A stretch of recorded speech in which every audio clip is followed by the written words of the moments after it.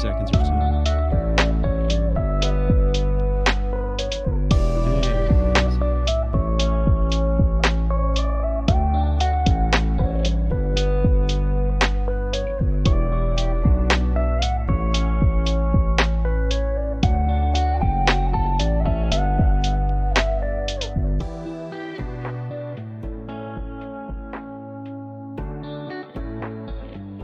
Yep. Here's the music.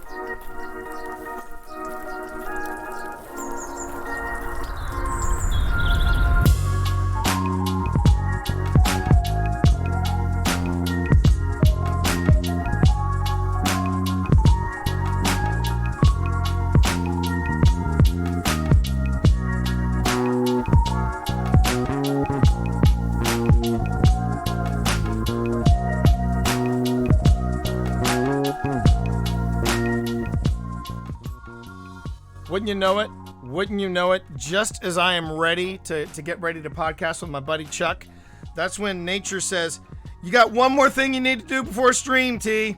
One more thing. One more stream you have to take care of. Unfortunately, it was number 2, so, I had to really take care of business. It was a big everybody? Download. I should just go ahead and just go straight to the live scene. What am I doing? There we go. That's what I wanted to do. Hi, everybody. Woo! Oh, I feel so much better now. This is the pre-show for Podcasting for Dummies, the companion podcast, which is why we're not going to be including this in the companion podcast. As always, I am the T-Monster. You call me T-Monster or Twitch Dad, and right over there is my buddy Chuck. I have been very just as the pre-show. I have been very waxing philosophic about podcasting because, as I was telling Chuck, and as many of you know in stream, I've been in the process of archiving stuff from 14 years because I'm retiring the Mac that's sitting across there. Yeah, and you know that scene in Raiders of the Lost Ark where Indy is in the Well of Souls and everything is covered in sand? I'm going, that's me. That's me. Oh, I thought you were talking about the warehouse scene where there's just boxes for as far as you can see. That's how my archives feel. No, that's all the tech I've got. If you open up the door to my office, there are all the boxes of stuff, and I'm just like, yeah, someone here is the Ark of the Covenant. I don't know, but anyway, the studio cabinet's looking about the same way. Like, how many microphones do you have? How many mics? How many people are possible to come in this studio? You are way overqualified. Exactly. And but some of the stuff I wanted to just talk about some of the titles, Chuck, that I came across because, as you all know, it's 14 years. I got 14 years out of the same computer, and I made that computer my audio video computer. That's and now I'm condensing it all into the new laptop. So let me just throw out some titles that I came across. Let's see. There was Aliens You Will Meet from Planet X. Do you remember that series?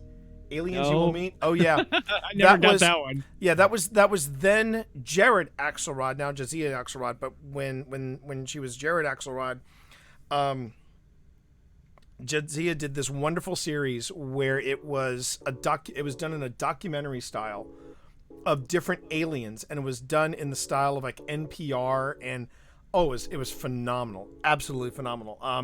Paul S. Jenkins, the Rev Up Review. Downers Grove, the Martians are coming out of the capsule. Exactly. And they're looking for directions. There was that kind of thing.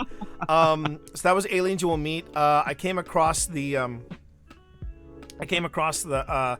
original recordings of Paul S. Jenkins. I said Downers Grove. I meant Grover's Mill. Close enough. Oh, my head went to Chicago instead of New Jersey. I was still a deep pull. You need to get props for making that deep pull. So there was Paul S. Jenkins and the Rev Up Review. That was one of the originals from like 2005, 2006. Yeah. I came across Pip's first ever podcast for Weaver's Web. Oh, did you play that for her? No, she was like, don't you dare play a single note of that. And I'm like, okay, but I put it in the archive. We've said it before. All of our first podcasts were terrible. I mean, terrible production, terrible audio quality, terrible. It is just their embarrassments. I came across a survival guide to writing fantasy. I came across, and I listened to him. My God, I sound like I'm being held prisoner somewhere. It's like, yeah, exactly. Welcome to the survival guide to writing fantasy. Please send help. If it had been video, I would have been blinking code with my eyes. It was ridiculous. It was ridiculous. But man, it's just the nostalgia factor was way hard. It was way. Oh wow. Yeah. Here was a blast from the past. Useful Sounds. Did you ever listen to Useful Sounds? It was sounds intriguing. It was a German podcaster, and she had the kind of voice that you just wanted her to read the phone book and you'd be happy. And what was that? What was her name? Oh, I can hear the voice, but So yeah, but it was that. It was Useful Sounds. I mean, and of course I came across old episodes of the Dragon Page, Slice of Sci-Fi, place, stuff that was recorded in the place that you're sitting at right now, that in there. So yeah, it was. It's been delightfully nostalgic. It has been delightfully nostalgic, but I mean, it just makes you realize how far we've come. Oh, and that brings up something else. As many of you know, I was telling Chuck, I did pick up a new job. I do have a new job officially, and it should not be interfering too much with the stream because it's 100% remote. It just means that my morning streams may not be happening anymore, but I'll probably replace them with a Sunday stream and a Monday night stream. That being said, one of the questions that I wanted to make sure I shared on this particular stream was, they said, what do you think has been the biggest change you've seen in the past 10 or 15 years of you doing communications? And I said, that's easy. And I mentioned podcasting for dummies. I said, in the 4th edition, I could finally get rid of the following line: you do not need an iPod to podcast with. And even though that's not going to be a real topic of this particular, I wanted to pitch that out to you, Chuck. What do you think has been the biggest change you've seen in technology? Because you and I are both roughly in the same field. I mean, what do you think you've seen has been the biggest change in the past 10 or 15 years? In the technology of podcasting? Is that where you're going? If not in the technology of podcasting, just technology in general. Because I said, at least from a comms perspective, it was that podcasting, when you and I started this, Chuck, back in, we were we're live from the basement of the science building, and doing our podcast thing. And now I'm just like, yeah, people are just like, oh, you've got a podcast on this? It's now become vernacular. And it has. That was kind of what we were hoping would happen in 2 or 3 years. Yeah, in 2 or 3 years. I love the ubiquity, the understanding that people have that, oh, it's a podcast. It's also a fun discussion sometimes when you get, I was talking to a friend of mine who had a podcast back in, I think it was 2006. His daughter's now grown up and she listens to podcasts nonstop. Yeah. He goes, Dad, really? You had a podcast like 14 years ago? It was like you invented the light bulb or something. Yeah. Well, it goes back to that thing where people say, "Oh yeah, I'm a podcast veteran. I've been podcasting for 5 years," and I'm like, and I'm just like, "You're so darling. You're so darling." I'm sure you've learned a lot. Oh yeah, but there's also that issue of how, and this is something we address in the book. When Chuck and I first started writing Podcasting for Dummies, which is now available in stores everywhere, and you can pick them up wherever fine books are sold. We were adamant. We were like, look, if you don't have an RSS feed, if you don't have a blog and an RSS feed, and you're not doing it this way, you're not podcasting, okay? So knock it off. That's how we started off with the first 3 books. 4th book, we were like, well, things have changed. Yeah. And to that end, it's the same with any tech career. You have to keep learning because the field is always shifting. When I go to work and they come out with a new product or a new language you have to learn to program, everybody's at ground zero again. Right. And while podcasting hasn't shifted that much, there are new technologies like, hey, OBS. It wasn't around when we started podcasting, so we had to teach ourselves about. And some of these are industry things that, a veteran in the field would have known if somebody was in television or movie production or something. But I didn't know all the lighting techniques and how to properly green screen and how to balance audio. And so there's always something new, even when you're upgrading your own gear. It's like, I've got a new recorder, I've got a new mixer, I've got a new computer, I've got a new software package. You've got to learn that and get comfortable with it so that it becomes part of your workflow. And that advances the quality of your audio and video products. Absolutely. So there's always something new to learn. Oh, yeah. And there's always something, if not new to learn, something to improve your craft by. Real quick in chat, I thought you'd get a kick out of this. Mika just went, bruh, I'm a podcaster veteran, bruh. Been at it for 2 years, bruh. Very nice. And then Noob, who he is a state trooper for, was it Alabama, right, Noob? He says, I've been listening to Ammo and Firearms and Ballistics podcast for 8 years, even been a guest on there a few times. So you see, nice. again, the Alabama now, yes, there we go. Don't get us wrong. We're not holding our noses in the air. Oh, no, not anymore. Podcasting. This is, I mean, when we say, hey, you've been podcasting for 5 years, isn't that cute? Yeah, we do that tongue in cheek. Yeah. This is a very, very communal ecosystem. I have had people pull that on me, though. I've had people going, yeah, I'm a podcast veteran. I go, oh, really? How long have you been podcasting? Yeah, I'm at 4 years now. I've been around the block a few times. And I go, okay, cool. Here's a book. Yeah, and then the guy, and because in the same discussion, the guy was like, and how long have you been podcasting? And I went, since 2005. I'm the first person to podcast a novel from cover to cover, and I'm the author of one of the 2 authors behind Podcasting for Dummies. And the guy was staring at me, and he reached in, pulled out his card, and said, would you like to speak at our next event? And I was like, I'll get back to you. Yeah, I mean, but again, it's all relative. I mean, we've been there long enough to see it go from what the nerds in the basement of the science building are doing to, and I got to look that up, Noob. I got to look that up. I'm going to get to that story. But we've been from that to, and we even mentioned that in the book as well. We've watched how podcasts become something that the nerds did in the basement of the science building to a punchline of what your broadcasting career has come to an end when you start launching your own podcast. And now it's become, well, not only do you have this, but you also have the podcast that goes with it. Like there's I've got a discussion on Monday with a coworker about how she can improve her social media image through podcasting and live streaming and whatnot. She's a content creator right now, and she used to be in that, but she wants to get back into public speaking.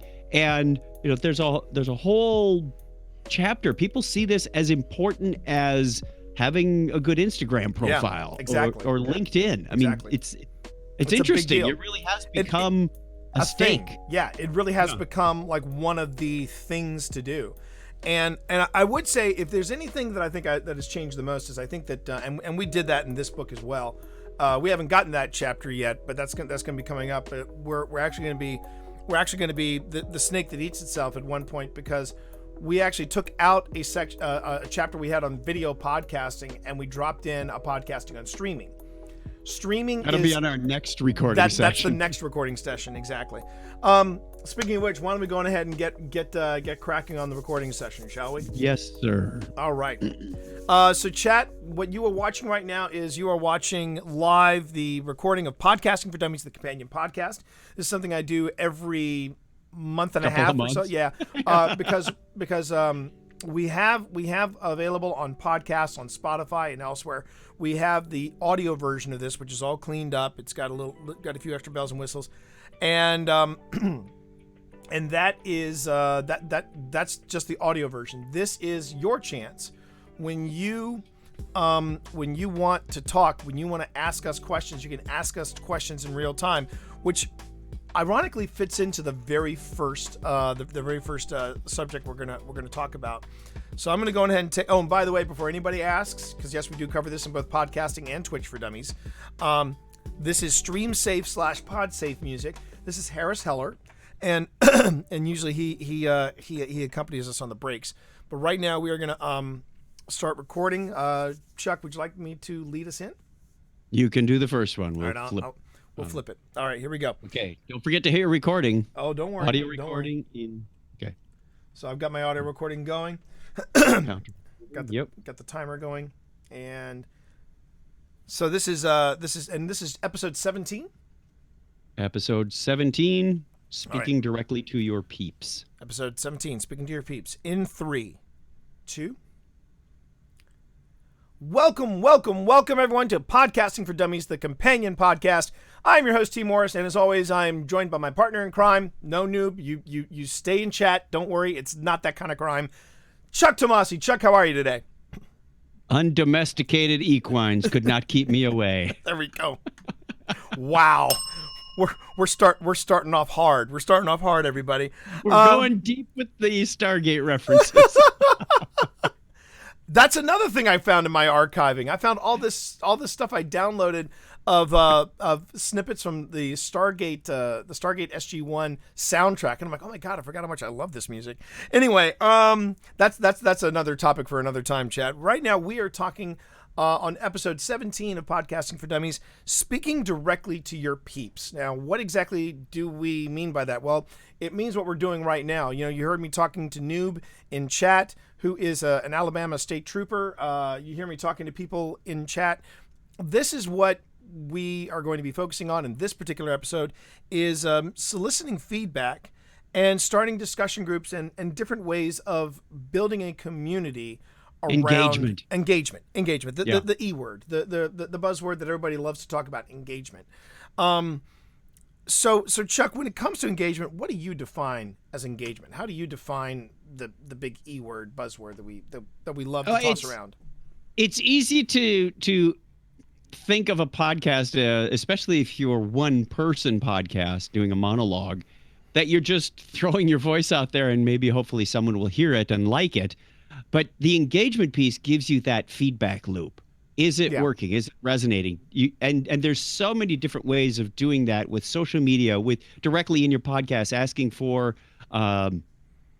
maybe a challenge question, or we put something on Facebook on Saturday and then put the results on our podcast on Sunday. So we've got sort of a community being built with different ways. So I like to think of it as having that.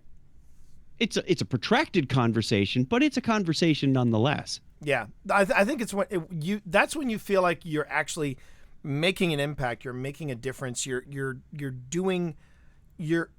actually reaching an audience when you get that feedback. Podcasting, don't anyone tell you different. It is a very lonely place sometimes, because you sometimes feel like you are in a void, and especially at the beginning. Oh yeah. Oh man. I mean, you know, even today when I stream, I have seen it. I have watched it happen, where I've watched my audience go, and this is in the early days when I had 5 viewers, then I had 3, and then 2, and then 1, and then a big fat 0. And I've been told by people, this is why I don't want to podcast.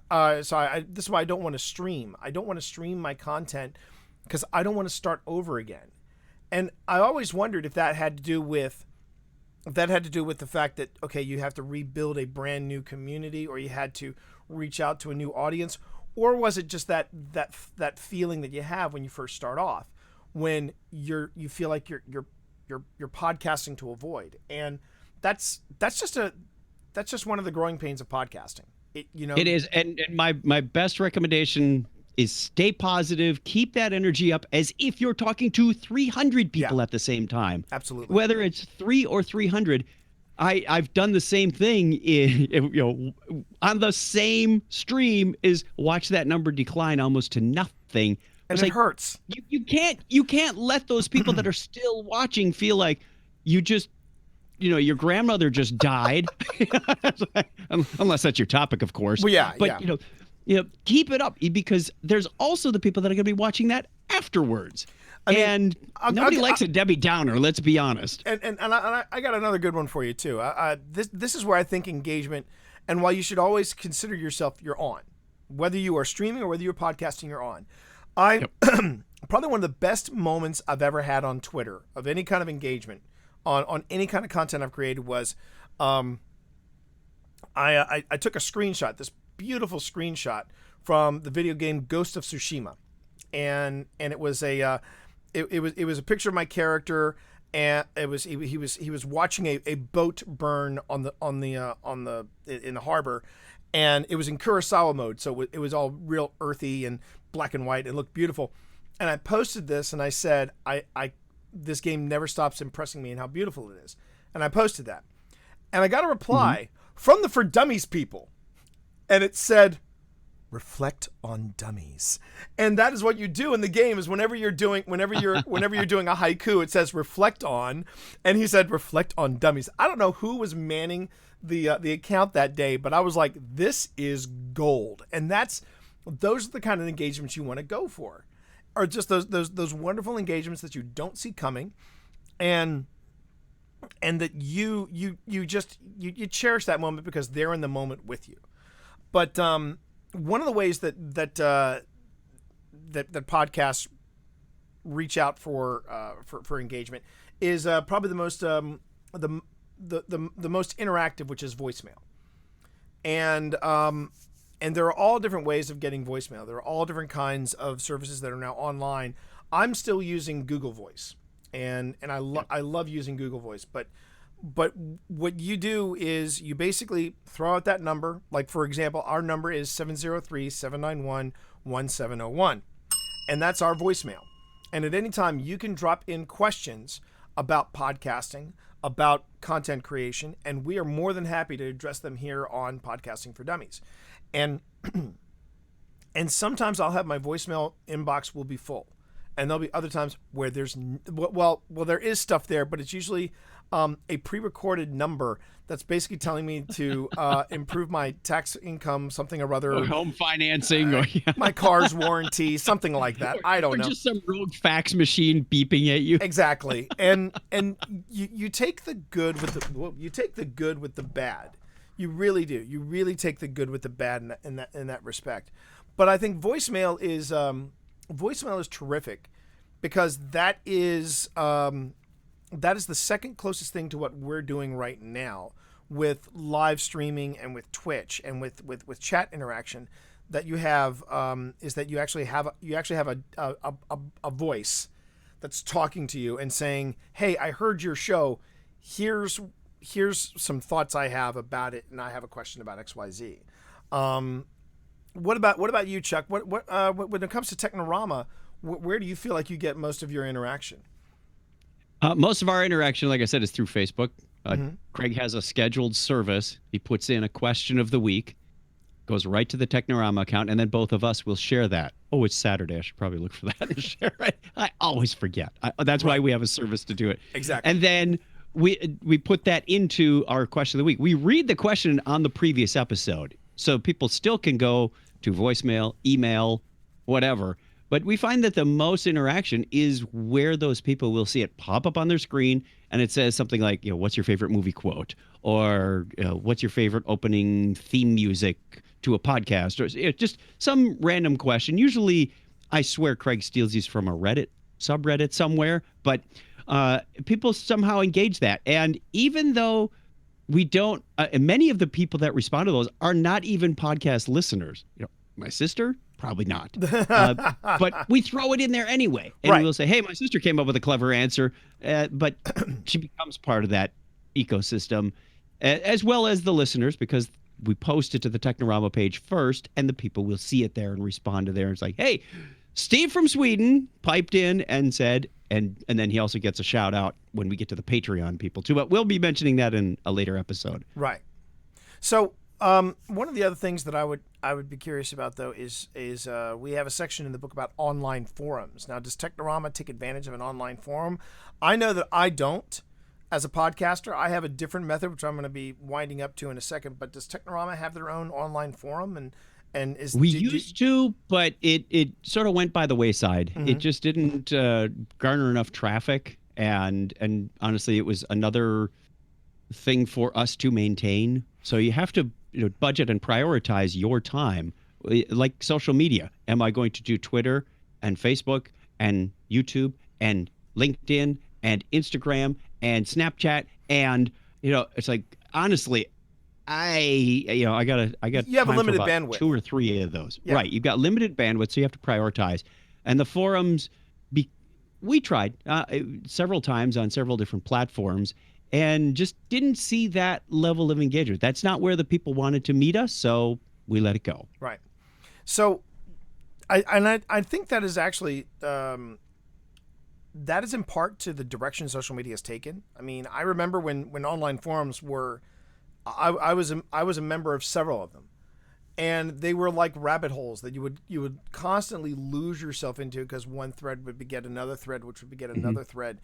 And after a while, I mean, I know for a fact I lost several afternoons just trying to get caught up on just a few threads in these massive forums that I was all part of. It is still for me a real sore spot of contention when I'm trying to get technical help, when I want to talk to someone in tech support and they point me to a forum and I'm like, please don't. Please don't, because that's when you've got a successful forum when it runs itself, when the community is having those discussions, right, and the owner moderator doesn't need to step in on every thread. right. Manager Tools has a community like that. They have for years, and it's a wonderfully vibrant. I was participating a lot in the early years. My roles changed and whatnot. Here's a flip of that. At work, we have a very vibrant community, and the point of that community is really to offset the customer support calls. Right. To be honest, if you can post something in the community to get an answer in an hour, as opposed to putting in a ticket and waiting for some customer support person to get around to prioritizing it and routing it, that could take a day or two or three. And a lot of the technical people don't have that sort of time. Like you said, you want that immediate response. And we have thousands of people in the ServiceNow forums that are community that are eager to help. There's gamification. They're all over the points. They want to promote themselves. But I also take advantage of that when I drop in a developer podcast. It goes into a specific subforum that I say, hey, the latest edition of Breakpoint is out there, and I can garner some listeners and some feedback around that. So you can reverse it if there's already a community out there. Maybe you don't have to run it. It could be something related to your topic. I'm sure I wouldn't go out to, a Star Trek forum unsolicited and drop in the latest edition of Topic is Trek is out. Yeah, so and you want to work with those people if you're going to do that, if it's not your property. And that's one of the things that I've noticed about online forums is that they really had to crack down on that, because since we're talking about the early days of podcasting and the stuff that I came across, I know that one. Man, back in the early aughts, I remember that was one of the advice that some rather unscrupulous types gave, is like, if you really want to publicize your podcast, just sign up for a bunch of different forums and just tell people when you got a new podcast live. And I'm like, you can't get away with that now. That would be like dumping it in a Facebook group. Exactly. You'd be banned from the group immediately. Or going onto Twitch and promoting your stream on someone else's stream. And that was the thing, is that trend lasted maybe a year, and then moderators caught on to that.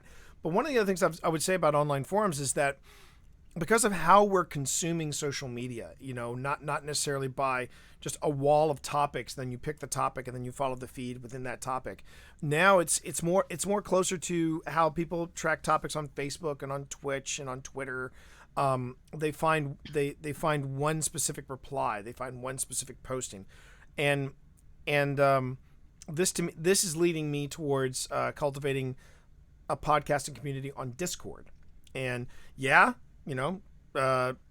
transparency, I am the author of Discord for Dummies, but I do know that my own community, based around my podcast, be it this one, be it Happy Hour from the Tower, any kind of podcasting project that I'm on, my community is based in Discord. And what we try to do is we try to have discussions, and I try to solicit questions from Discord on podcasting, so that we're not necessarily waiting until the day of recording, where I can say, hey, I was asked by this question, I was asked this question, and here's some of the stuff. And sometimes discussions on Discord will inspire topics to be talked about on podcasts like what we're doing right now. I think Discord is they're still the new kid in town with podcasters, but I'm seeing more and more podcasters say, hey, I'd like to continue this discussion. Let's continue it on Discord. And while you may hear people say, when they try to describe Discord, I think one of the best descriptions I've heard for it was, Discord is Facebook for gamers. I think that's partially true. I think it's more like social media for content creators. And that sounds redundant, but what I mean is that it's the same passion and the same drive of communication and conversation, but with a lot less noise. I'm finding that a lot of times my signal is drowned out by some of the noise that's generated by Facebook. Like for example, when I got the new job, people were saying, "Wait, you were job hunting?" It's like, yes, I've been job hunting for over a year now, and if you've missed it, then that just tells me how reliable the signal is on Facebook. So the man's streaming every 20 minutes. Nobody, unless that's your job. So there's that. But I mean, along with social media, and since we're talking about social media and Discord, the thing to that I would want to make sure that we would get across in this podcast would be you can't be everywhere. As we said earlier, you have a limited bandwidth. So focus on where your audience is. Like I know Chuck just mentioned LinkedIn. Now I know for a fact my audience is not on LinkedIn. So the stuff that I'm generating for myself, like for example, the stuff for Happy Hour from the Tower, I'm not going to post that on LinkedIn. Yes, I know people. It's yeah. There's a lot of people on LinkedIn who do play Destiny. Exactly. Or Destiny 2. But that's not the theme of what that forum is all about. Exactly. Now, as far as this podcast goes, yes, I would expect us to post, hey, we've got the latest Podcasting for Dummies episode up, because people on LinkedIn are podcasting. They're actively podcasting. And if they want to improve and podcasting is very prevalent in the commercial and enterprise space. Yes. It is now. It is now. As we've been trying for a long time. Man, has it been trying for a long time. But the other thing is that we all we know where our audience is. Like I wouldn't advertise that we were going live on Snapchat. I would not, because to me that's just that's like I'm throwing a message out there and then it's lost in the breeze. I would not post this on TikTok. I would not put. Yes, I admit I'm an old man on TikTok, so get over it. Anyway, but would I put something on Facebook? Maybe. Would I put something on Twitter? Absolutely. Would I put something on Instagram? Absolutely. Because I have found in my travels that when I stream something, most of my audience is coming from either Twitter or from Instagram. Are there exceptions to that rule? Absolutely. Yep. When Pip and I last at the last weekend of this recording, I'm sorry, no, I take that back. 2 weekends ago. 2 weekends ago, Pip and I celebrated the 10th anniversary of the Ministry of Peculiar Occurrences, the very first book, Phoenix Rising. And we posted something on Instagram, we posted something on Twitter, and we posted something on Facebook. So there was an exception to that because we knew that a lot of our readers were on Facebook. And again, it's about knowing where your audience is. Now, we were saying, where do you find your audience? That's the thing. You have to know first where your audience resides. If you're doing a business podcast, you're going to be leaning towards Facebook. You're going to lean towards LinkedIn. If you're doing something closer to like entertainment or gaming, you're going to be looking at Twitch. You're going to be looking at you're already going to be on Twitch, but you're also going to be on Twitter. You're going to be on Instagram. You need to understand less about demographics and more about audience. Mm-hmm. Would you agree with that, Chuck? Do you have anything to add? Yeah. Want to add to that? Yeah. The purpose of each forum, what's it about? And don't forget, you still have a blog out there that hopefully you all have a blog that's going along with your podcast. You can garner comments from that too, and say, hey, you can always leave a comment on our website at podcastingfordummies.com. Ding. There's on it. There's I would have done it myself, but for whatever reason my sound effects are not working today. I'll be on that this afternoon. When in doubt, go analog, baby. Go analog. That's what I say. So, T, what do you do when the comments are not always so positive? So I wanted to before I got into Okay. But this is also related to when the positive when the search for positive feedback is less than. One thing you don't want to do, and we did touch on it earlier, was going onto other people's podcasts and other people's channels and other people's platforms and promoting your podcast. You could get away with that in 2005. You could sort of skirt around it in 2006.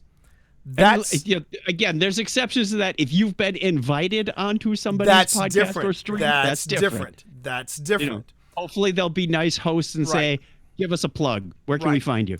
I mean, here's a perfect example. The first time I learned about this, when I was first getting into streaming, I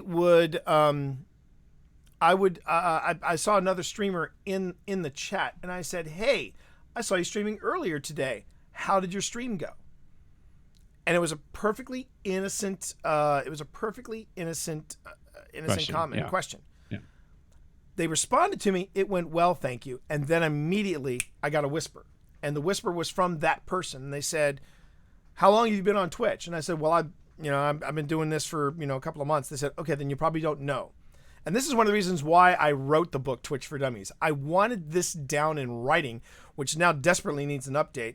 But they basically said, even if you ask another streamer in someone else's stream about their stream, it could be interpreted as a setup where this streamer would get this person to come in and go, "When you see me pop up and stream, ask me how my stream was so I can promote it."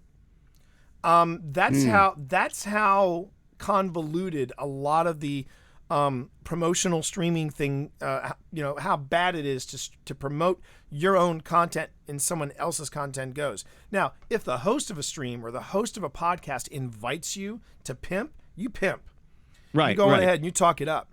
But it's very much like any other forum. We used to do this years ago on bulletin boards. God, if you remember dial-up bulletin boards. Oh, yeah. The idea was read first, learn the culture, learn the etiquette, what is proper, what is not. I mean, and we still, feel the room. We still get people on our work community that beg for points at the end of each post. Right. Literally. Right. I mean, the guy at the top of the leaderboard who surpassed me at the beginning of this year, I was at the top of the leaderboard for 4 years. He finally passed me up.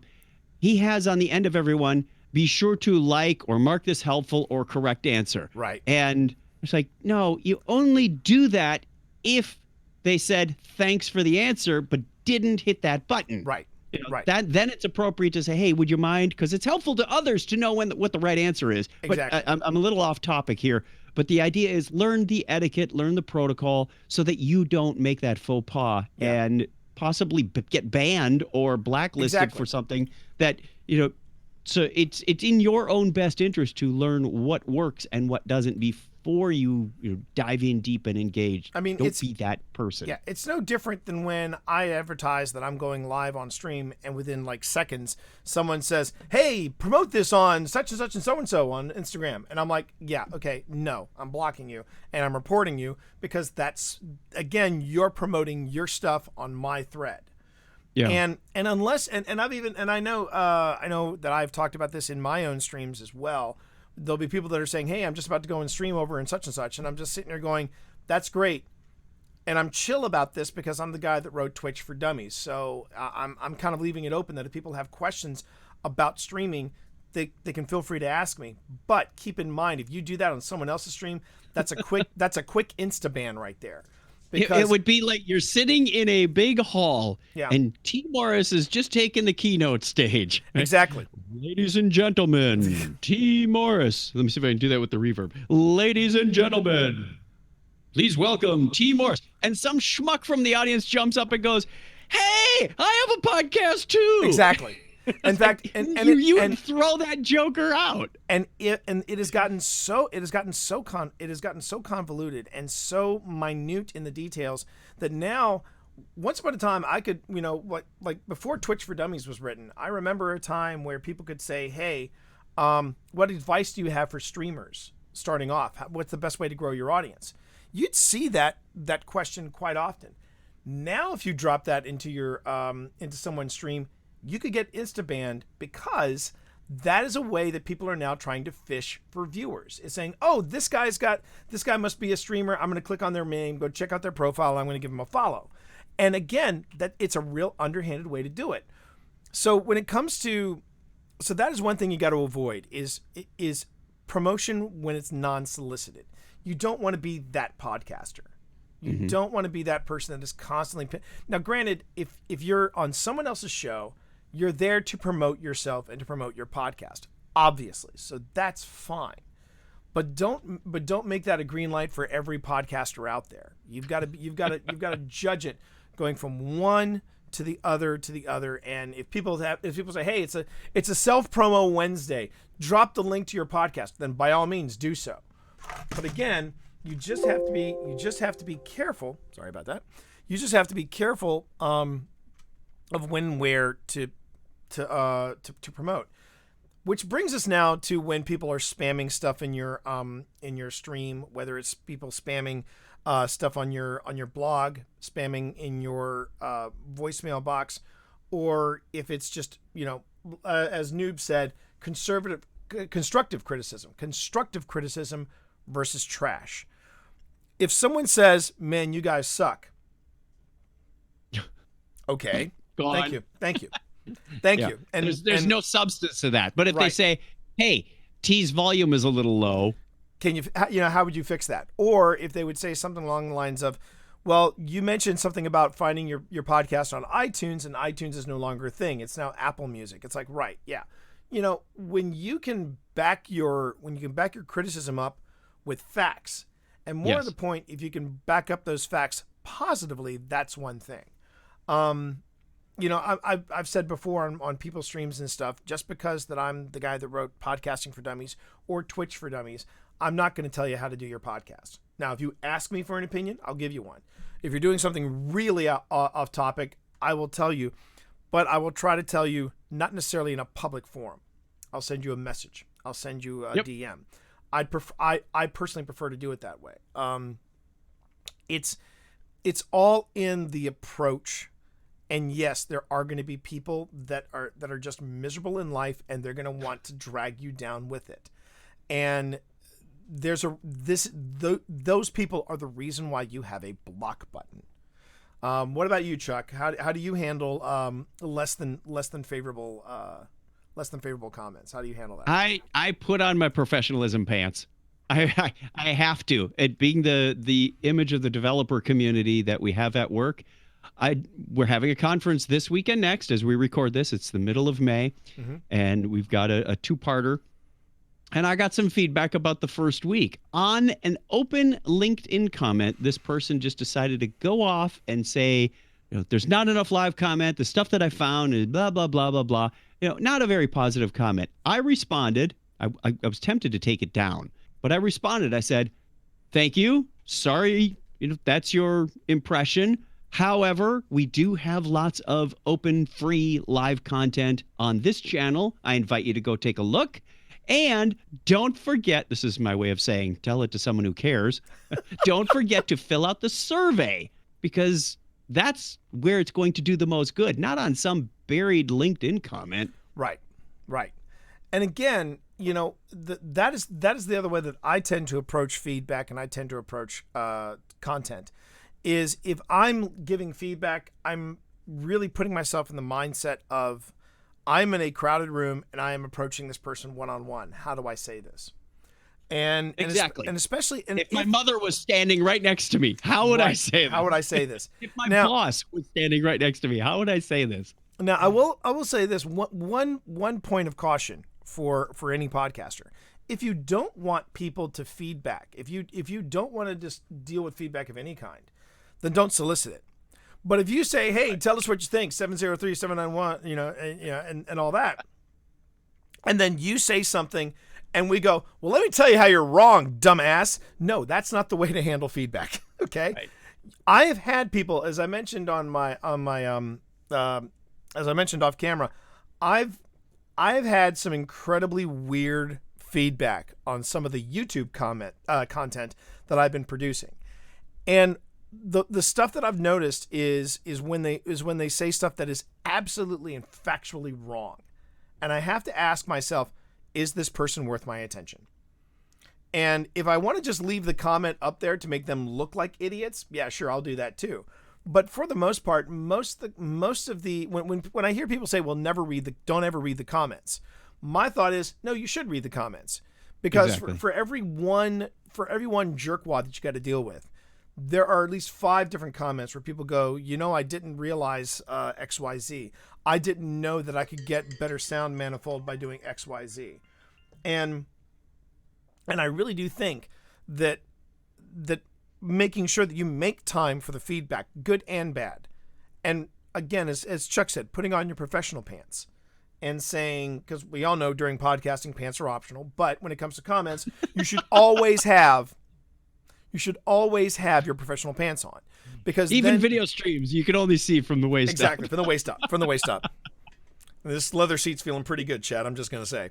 Careful. But but No, the absolute, if you don't solicit, then you're going to miss those gems. right. And the ones that I absolutely live for, that just totally change my mood every day, are the ones when somebody says, thank you for the videos. You've changed my career. I am now doing blah, blah, blah. I was like, oh, man, those are just absolute gold. If I Right. get even one of those every couple of years, I'm still going to keep producing content. They're a little more frequent than that now, thank Oh, goodness. sure.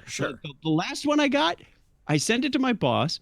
She sent it to the senior VP of marketing. He sent it to the chief marketing officer, and That's fantastic. every one of those people in the chain responded back to me. It's like, cool. I mean, by the time you get it up to the chief marketing officer, it's like a one word that says hashtag purpose. Yeah. But that's gold for your career if And you could do something like that. And that's gold for you as a content creator, because then people are responding to your content.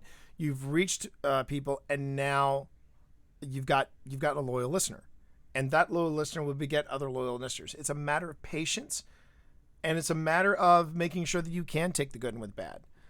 But in closing, I love Macaro's comment on there.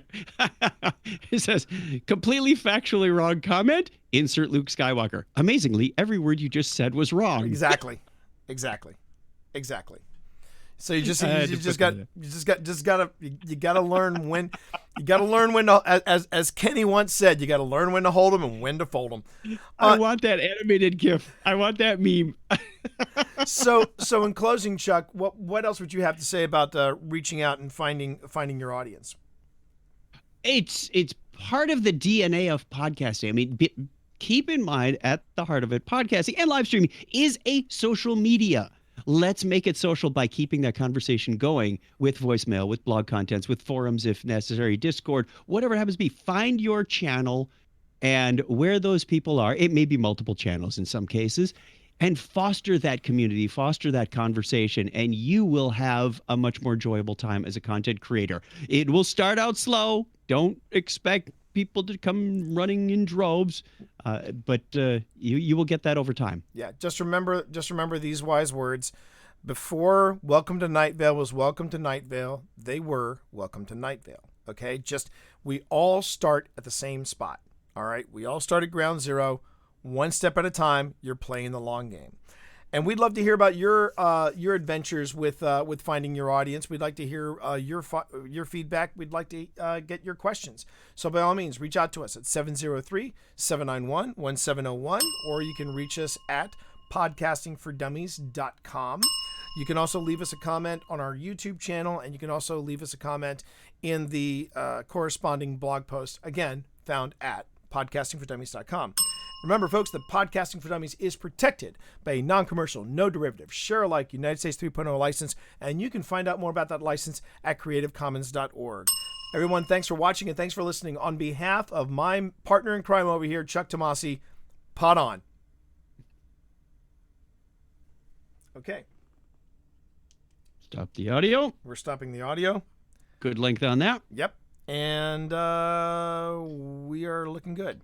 We're looking good. All right.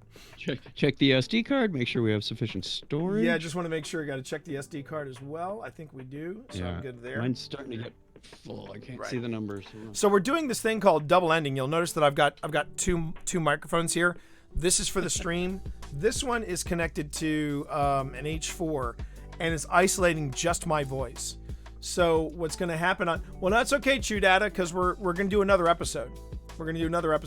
And yeah, 3 in fact. we're doing 3 episodes today, and then after this, I'm gonna hop into Destiny and do a raid with the daughter. So that's always gonna be fun.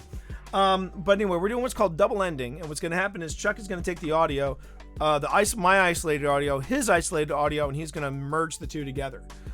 Because sometimes the recording on the stream and sometimes the recording that Chuck gets on his end can drop out a little bit. So we have to be real artifacts. Yeah. We don't want. And that's always rough. Now, here's the thing I wanted to make sure that everybody knew. That if you all have any questions about podcasting, If you have any questions about what it is we're talking about or stuff that is not even related to what we're talking about, don't be shy. Feel free to drop a question into chat, because we would love to take that's why we live stream these recording sessions, because we want to be able to have that interactivity. We want to be able to talk to you. We want to be able to to answer your questions in real time. So by all means, feel free to chime in, whether you've got a question about best way to make a spread word about. Well, ironically, Chew Data, that was the topic we just covered. That was the topic we just covered. So too long, didn't listen, or too long, want. Yeah. Real quick, it's find your audience on social media. Find your audience on social media. Know where your audience is. And if you're soliciting feedback, don't be pissy if the feedback is bad, because maybe they're not always going to like what you have to say. Always wear your professional pants. And that's the one, wear your professional pants when it comes to dealing with feedback. And finally, third tip, remember the golden rule of Twitch also also is the golden rule of podcasting. If you're soliciting your podcast or your content on someone else's podcast and it's uninvited, yeah, that's a great way to make sure you never get put on that podcast again. So just think before you promote. All right. The next thing we're going to be doing is fishing for listeners. Which may actually with build an on F, this. not PH. Yeah, exactly. And with that, what this is really this is kind of leading into not just fishing for listeners, but also looking at advertising and promotion, etc., etc., etc. Oh, is that what we put in there? I think that's what we put in here. There's traffic with Instagram, boosting on Facebook, things like that. This might be a short show. Hang on, I gotta getting your podcast ready for advertising, using paid advertising, taking advantage of free advertising, generating buzz about your podcast. Chapter 13, fishing for listeners. Fishing for listeners, yep.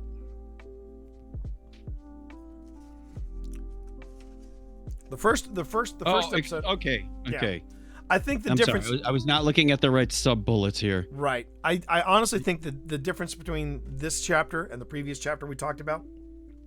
Yep. This one's more about, okay, I want to pay. I want to use money, and maybe that's what we should focus this episode on. Is the pros and cons. Not necessarily, because we've also got things like giving interviews in here. We do. Yeah. Oh, that's under generating buzz. Yeah. Okay. Promoting your podcast. This is. Oh. The other one was all about getting your audience to participate and give you that feedback. Right. This is all about getting your name out there and getting that audience. We probably should reverse these two chapters. Yeah. Good to know for in the future. Yeah, that's true. Fifth edition. Make it out. The joys of using your own book as the blueprint for the podcast. You discover all these things you kind of effed up during the publication. You're like, oh man, we got to fix that on version 5. Well, I'm not fixing it this summer. No, we're not. Not this summer.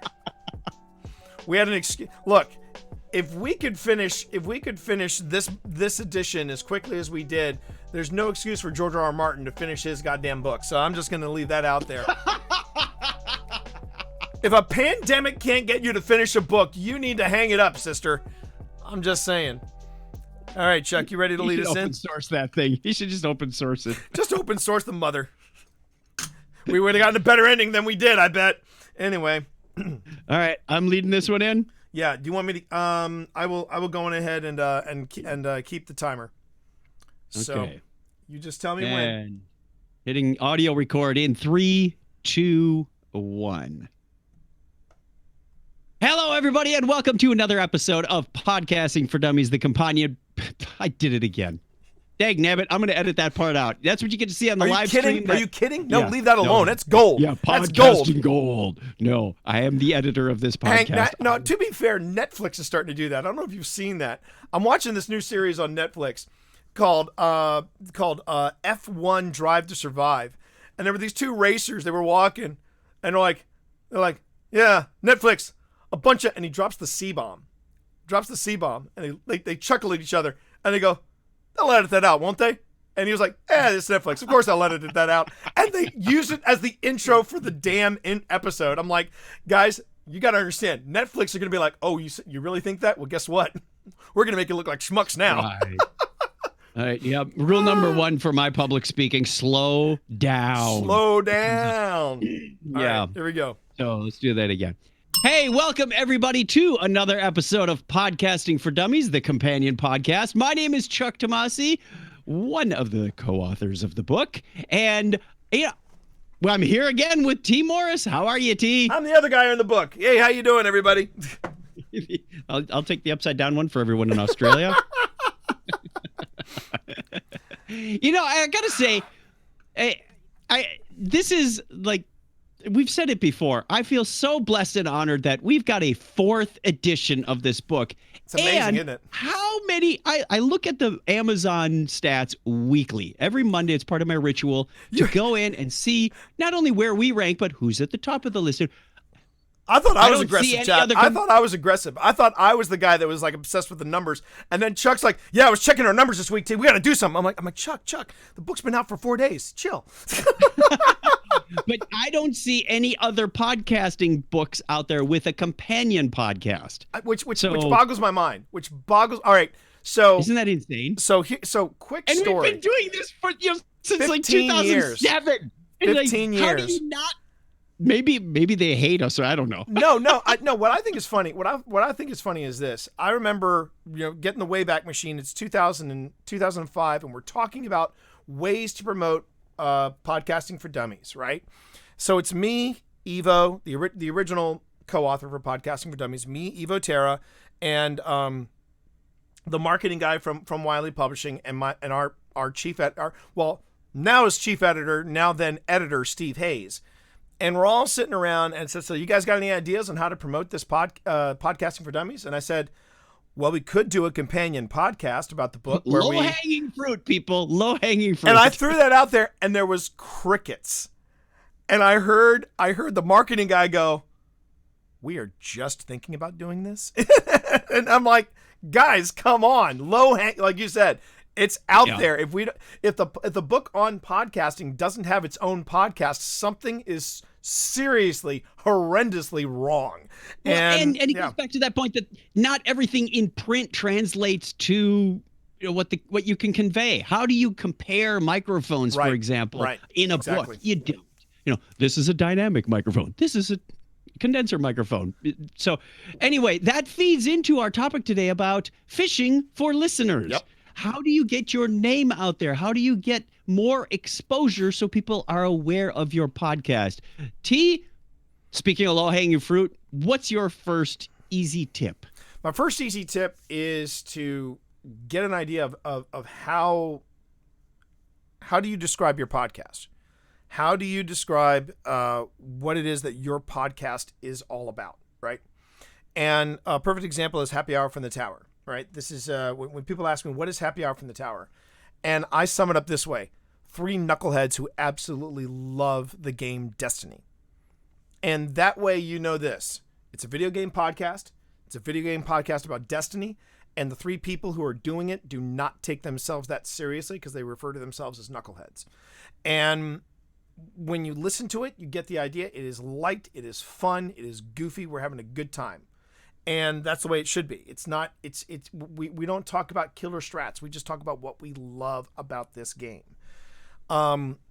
Which brings me to the next thing. If you want to really promote your podcast, it's less about the podcast itself and more about specific episodes. So you better get good at writing a press release, because you're going to find those special shows that you do where it's like, we're going to be raising money for charity. We're going to have a special guest on the show. We're going to do something out of the ordinary. That's what you highlight. You find that one episode, you promote it, and then after you promote it, then you start sending it, and by promoting it, I mean, you send out press releases to different places. And if you're saying, I want to back up a second. Yeah, go ahead. We did two topics there. If not only what your podcast is about, because you're going to have to write that when you submit it to Apple Podcasts. We're just going to keep doing that and deal with it.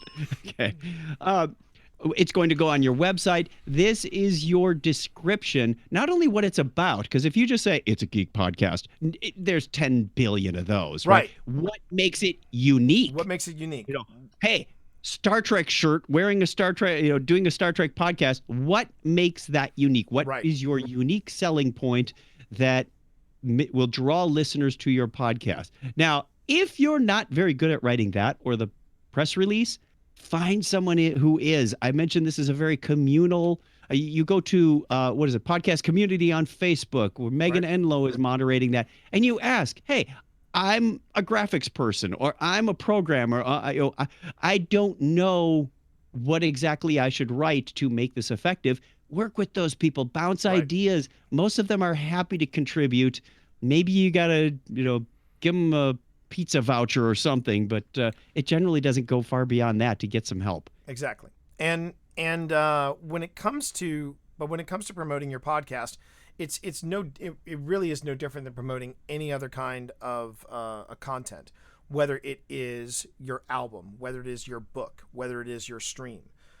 You have to come up with an elevator pitch, and then after the elevator pitch, you then come up with the details. And then if people want even more details than that, you go into the stuff that we talk about in the book, where we talk about things like when people ask about your podcast, especially if you start getting into advertising, which we'll talk about a little later in this particular episode, you're getting into that sort of area of, okay, people are going to be asking about your bandwidth. How much bandwidth do you go through? What, how many episodes, how many listeners do you have? That sort of thing.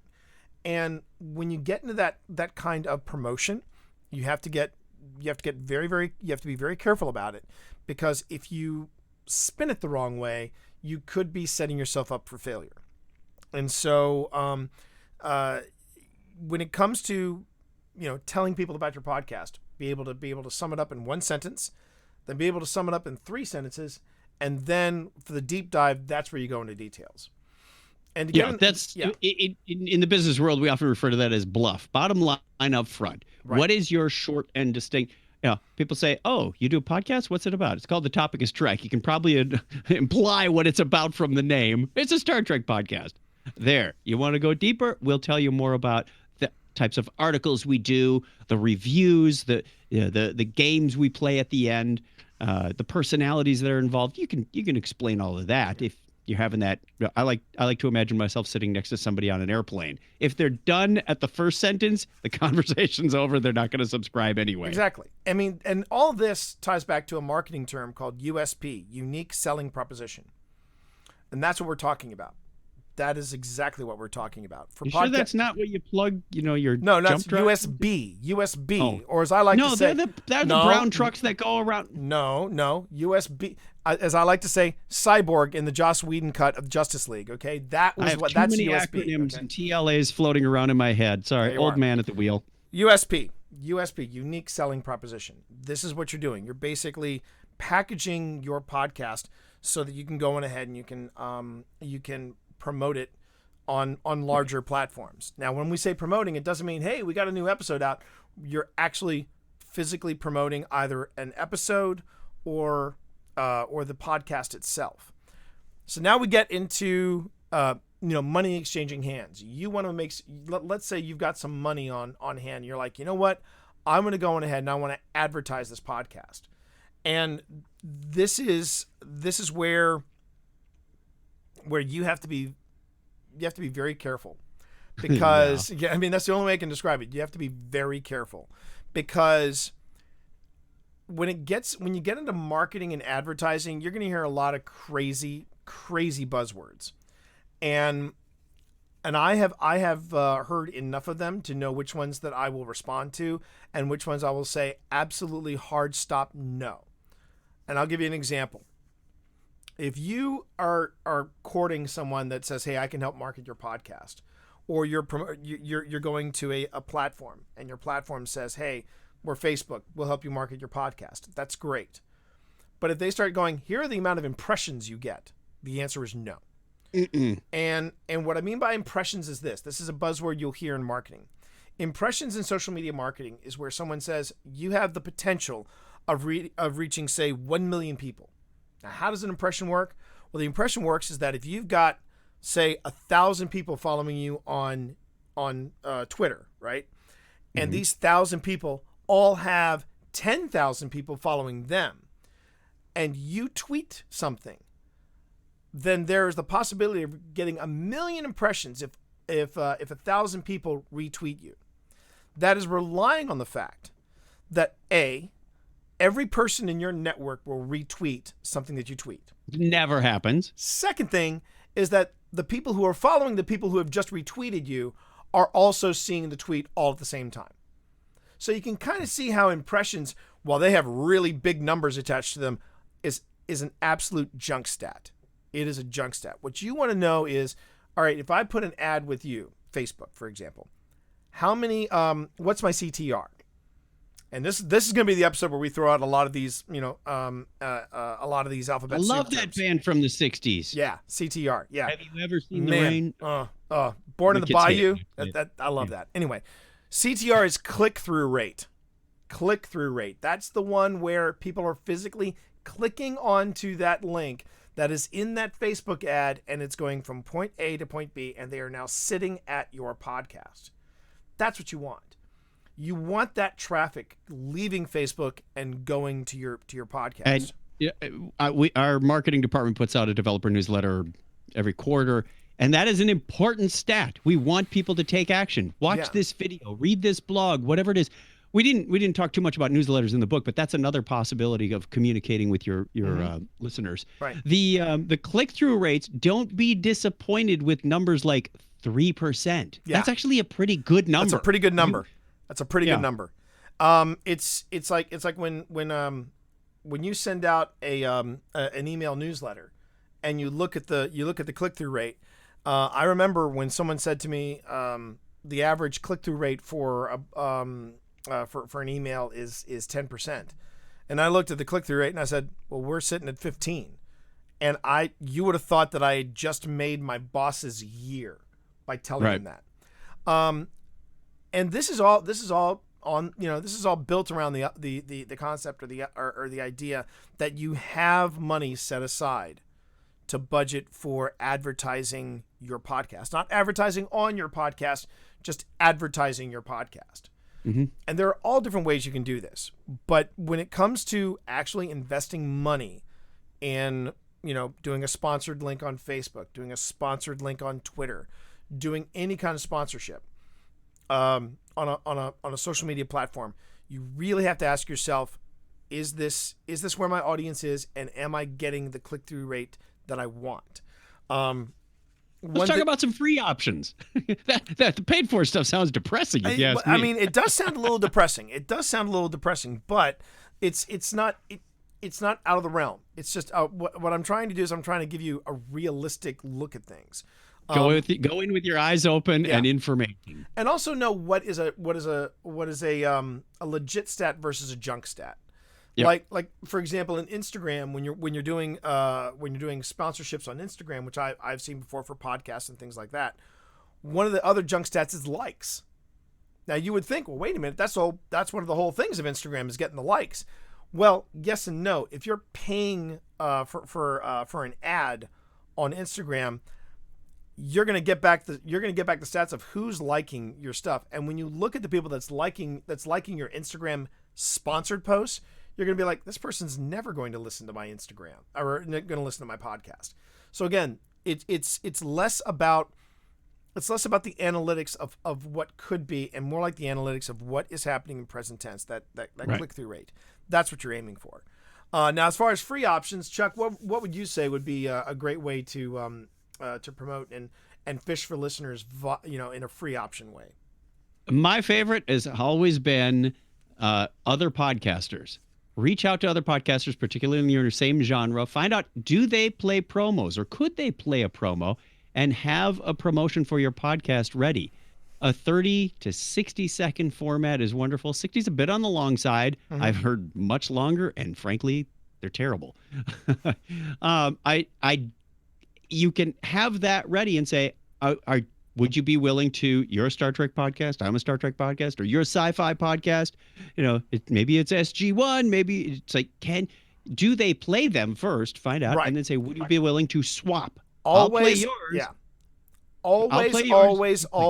Always ask if the podcast you're approaching, ask if they play promos. Yeah. Don't it just could be send at the them your beginning. promo. It could be in the middle. It could be at the end. Frankly, that's their show. That's their format. Right. Don't be picky about it, but say, hey, thank you. I've got a 30-second promo. Here's a link, or send them an email with an attachment if that works. Whatever it takes to get them that file. And hey, send me yours too. We'll drop it in. Yep. And you go from there. Now you've got podcasters promoting other podcasts. I hear this all the time on especially networked podcasts. That's part of I think we talked about networks a little bit, but one of the benefits of doing that is you've got those built-in promotion channels automatically there. And even the large networks do this. iHeartRadio, they're notorious, whether it's terrestrial radio or podcasts that they've got on iHeartRadio, they're always cross-promoting something. Right. And it never fails. That's a great way to expose your show to someone who may not have ever heard of it before. The other ultimate one is word of mouth. There's nothing beats, hey, T, have you heard about this podcast? Go to podcast meetups, whether it's on Clubhouse or we get back to in-person ones or whatever it happens to be. And you say, these are some of the ones I'm listening to. I swear half of the podcasts on my current playlist are recommendations directly from other people. It's amazing. That's powerful. It's amazing. It's amazing how much promotion you get just from word of mouth. And also the more you can involve the community in your promotion, I think also is a big help. Again, this comes back from the archiving of my old computer to the new computer. One of the things that I came across, Chuck, and I don't know if you remember this, it was an early promotion that I did for Bill Above Battings. And it was Scott Sigler and JC Hutchins talking in a cafe. And they were basically trash talking each other. And then my voice comes in. My voice is always just sounding like this. She's like, hey, you're that Sigler guy, aren't you? And it was this promo was literally a minute and a half. So you were saying 60 seconds is on the long end, and here I am putting out a 90-minute promo. That 90-minute promo. 90 second. I hope it's not 90 minutes. 90 minute. Wow. That 90-second promo. Documentary. That is a documentary.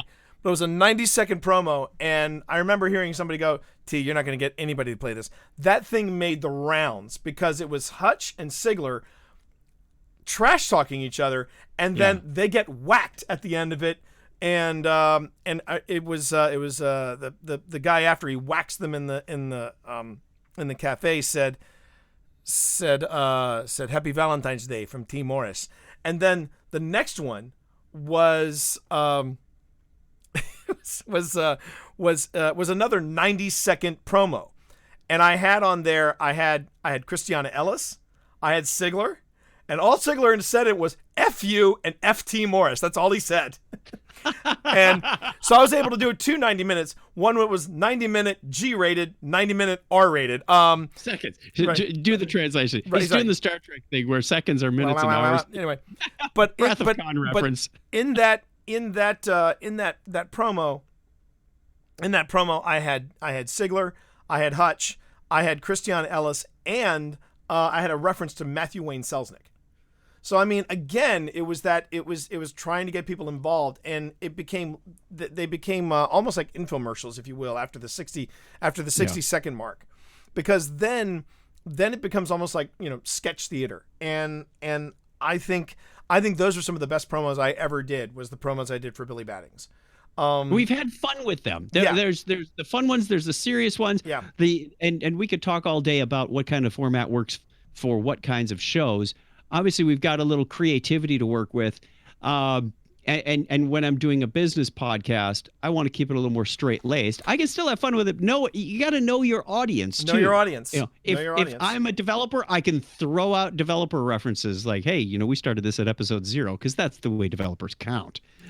The ones, I just have to throw this out there, the ones that just don't resonate me for whatever reason are the ones that have outtakes, not necessarily outtakes clips, but just clips of maybe what they consider highlights. and they'll be having these conversations, and maybe people are laughing, but you don't know really what they're laughing at. You feel like you're getting this. It's like they're trying to do a highlight reel, but I don't think highlight reel really. They're trying to do a highlight reel in 60 seconds, and that's asking a lot. That's asking a lot. It is. I have rarely seen any of those work, so that's just my personal opinion. I mean, they're all different sort of different ways of doing promos, and the ones that do work, the ones that do work are the ones that they really understand the audience. They really know how to reach the audience. It does get harder when you're doing more straight-laced. I don't want to use the term straight-laced. More like more business-oriented material. Like if you're doing something for ServiceNow, if you're doing something for Stratford University, if you're doing something for intersections, government. Exactly, for the government. I mean, you do have to you have to do it in a more professional manner, which is why you'll see a lot of those promos tend to be closer to the 30-second mark. Sure. Because they keep it simple. The worst promos for me are the ones that just basically go something like the Money Podcast at moneypodcast.com. And that's it. That's the entire promo. And I'm sitting here going, you tell me nothing except that this is a podcast about money. Is it about maybe? Is it about making money? Is it about investing money? Is it about saving money? Is it about printing money? Because if it's about printing money, you shouldn't be making a podcast on that. But one of the things I will put some work into your promos, please. Put a little bit more work in the promo. Community is out there to give you some sounding board, or actually create. I've been approached by people say, "Hey, would you make me? You do those great promos." Oh, I've done that before too. Oh yeah. It's fun. It's fun. We've reached out to you. Hey T, give us a promo, and I've done that. I love doing that. I love doing promos for people. It's hella fun. I think the favorite promo I ever made for anybody was, and this was when I was at the height of my fandom for the TV show 24. And I did an I Should Be Writing promo for Mur Lafferty, and I did it as Jack Bauer. And he's typing with one hand. You hear him typing with one hand and shooting bad guys with another. And I had the guy from CTU go, "Jack, we're sending backup," and he screams out, "No, send me an editor!" And I was completely unhinged. And I sent it to Mur, and she was like, "T, I don't even watch 24, but this is so good, I'm going to play it anyway." And right. It transcends the actual theme and go, this is good, and I have no idea what the reference is, but it's yeah, exactly. Those are fun. Now, another great way, another free way, but again, it's about knowing your audience, is giving interviews. And whether it's giving interviews about whether it's about your podcast, or whether it's about what you do that inspired the podcast, the thing is, like, for example, If I wanted to talk about Happy Hour from the Tower, I probably wouldn't go to Technorama, because I don't know if Chuck and Craig and all the guys on Technorama, they know what Destiny is, but they don't play Destiny. Sure. And since they're not, steeped into video games the way I am, then chances are that's not a good topic to jive with. However, if I've got a new science fiction novel coming out, some of the first people I'm going to reach out to are the folks at Technorama, because they do read my stuff. They do know me from podcasting. They know me from science fiction circles. So they're going to be like, "Yeah, T, come on in. Let's talk about the new novel." And giving those interviews giving interviews about your podcast and about the subject matter around your podcast is a great way of promoting yourself. But you want to make sure that wherever you're going to offer, not say, "Hey, I'll do an interview for your podcast." Mm-hmm. You first need to query said podcast and go, "Do you do interviews?" Yeah. First would and you foremost, be open to? Yeah. Do you do interviews? Second, would you be interested in interviewing? And then you have to pitch yourself. And this goes back to what we were talking about with writing press releases. Press releases are just formal pitches about what you do. So, in a sense, when you start promoting yourself as "I'm available for interviews," you need to pitch to this podcast exactly why you would be a good interview for their show. And that's just something to consider. Do you know how to pitch yourself? And if you do, more power to you. You know what you're doing. Yeah, the interviews are a lot of fun. The interviews are a lot of fun. They can be, and even if we were to have T on Technorama, for example, talking about his latest book, we can still go, hey, I understand you also do a live stream on Twitch. Tell us a little bit about that. So you can dive into that without making it the topic of the show, Right. but just to show the breadth of things that he does. And we can, I do recommend, if you're going to do an interview, we had a whole chapter on interviews, but we had a huge episode. If you're just joining this podcast in midstream, if you will, dig back in the archives to our episode about interviews. I think it's our longest one. I think it went well over an hour, and we could have still kept talking. And being the host and being the guest, so it worked together to make a more successful interview. I do this every episode at work.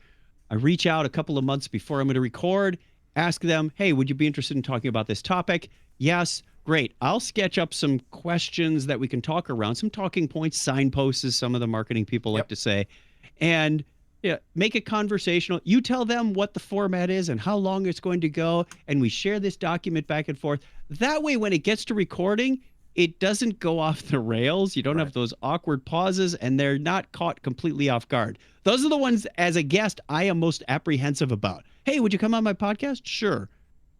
And then you get an invite to an appointment that says, we're recording on Thursday at 6 p.m. Great. And inevitably, they get one of those questions like, so, Chuck, what were you like as a child? Yeah. And you see that now that's where we get into, I guess you would say the warning about generating buzz on your podcast. If you come across as a jerk, that's really not going to help your podcast. Right. It's just not. You want to be able to stand by what you say. You got to be able to stand by your actions. And I'm a big proponent of this. I really do think that if I'm coming into a podcast blind, like what Chuck is talking about here for an interview, the one thing I'm not going to try to do is be daring or outrageous, and if that is your brand, okay, but there are very few people that can really pull that off and pull that off well. It's one of the things that I like to say. There's a reason why Howard Stern is Howard Stern.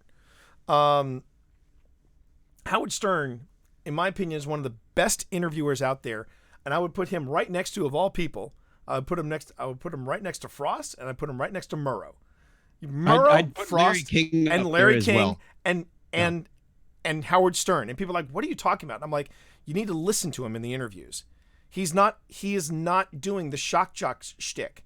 He is getting people to answer questions, or he proposes questions that are not, they are strategically awkward.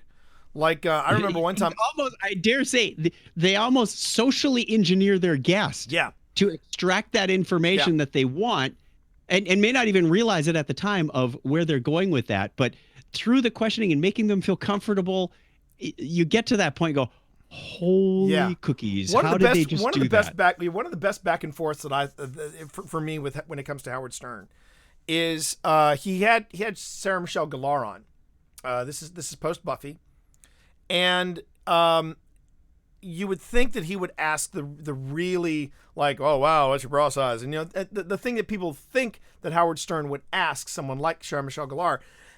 And he opened up with, so I understand you're really big about this whole runaway production thing, right? And she was like, oh yeah. And she went on this huge talk, Sarah Michelle Gellar, about how, we need to have more productions done in the United States. We need to be using more United States locations, United States actors, because runaway projects are really out of control now in Hollywood. And Howard Stern goes, so then how do you explain what happened with Scooby-Doo, which was entirely shot in Australia? You could have heard a pin drop, and her response was, well, that's different. And man, I was like, boom. I mean, that's what makes a good interview a good interview. Not to be daring, but to be real. And I think there are people who think, well, I can do what no, you can't do what Howard Stern does, because he's that good at it. He never went for he only went for the outrageous when it was people who were begging to be on his show. versus people that they were soliciting to be on interviews were like, okay, what can I talk about them that no one else is talking about? And it's funny when you ask Howard Stern who was it that he regrets never getting on his show, he said it was Hillary Clinton. He said, I think that would have been one of the best interviews of my career. And I believe it, because some of his interviews in the past are just legendary, and not because they are over the top outrageous, but because like what Chuck said, they socially engineer these people to come in and they just they let their guard down. And I think it's a brilliant way of not just reaching and connecting with a community, but also how you carry yourself as an individual. So right. Remember, when you're promoting your show on another show, just go in with your defenses up and be as professional as possible. If you go for the outrageous, it may backfire you in the most worst possible way. And remember, you're not there promoting yourself. You're promoting your show. You're representing your show. Yeah, you're representing the whole brand. And the one thing I like about the benefits is afterwards, when you've got that interview posted, you go, hey, I feel really honored to be interviewed by so-and-so. You socialize that, because it's not only getting your name out there, it's getting their name out there.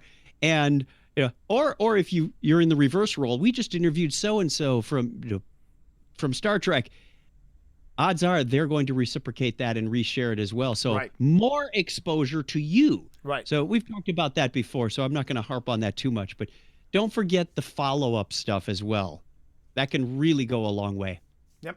So Chuck, in closing, what else would we say about fishing for listeners? What's some good takeaway points to consider with this? Many different ways to do it. Find what works for you. Have a promotion ready. Find those podcasts that are able to share and play your promo. Reach out to other podcasters.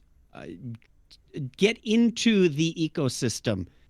Podcast meetups abound everywhere. You don't have to look any further than meetup.com or Clubhouse or any of those social platforms.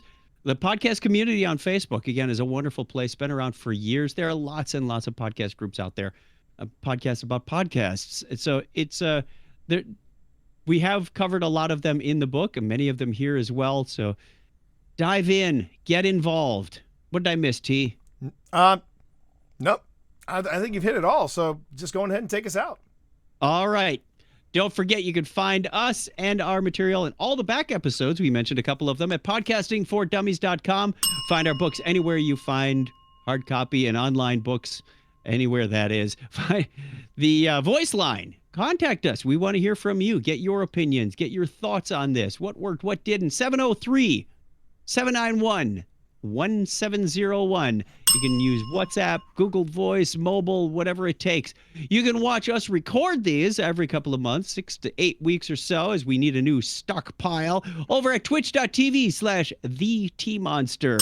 Join in our live Q&A like many of the people have done here. Don't forget, Podcasting for Dummies, the companion podcast, is protected by Creative Commons, non-commercial, no derivatives, share alike, United States 3.0 license. Find more at creativecommons.org. For me and the T-Monster, pod on.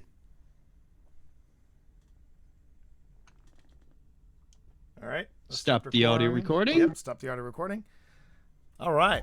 2 down, 1 to go. That was a fun one. That was. Quick bio break. 5 minute. Yep. I'm going to go on ahead and get some water for myself. So yeah, feel free to bio break. All right. We're actually doing pretty good on time, so we should be okay.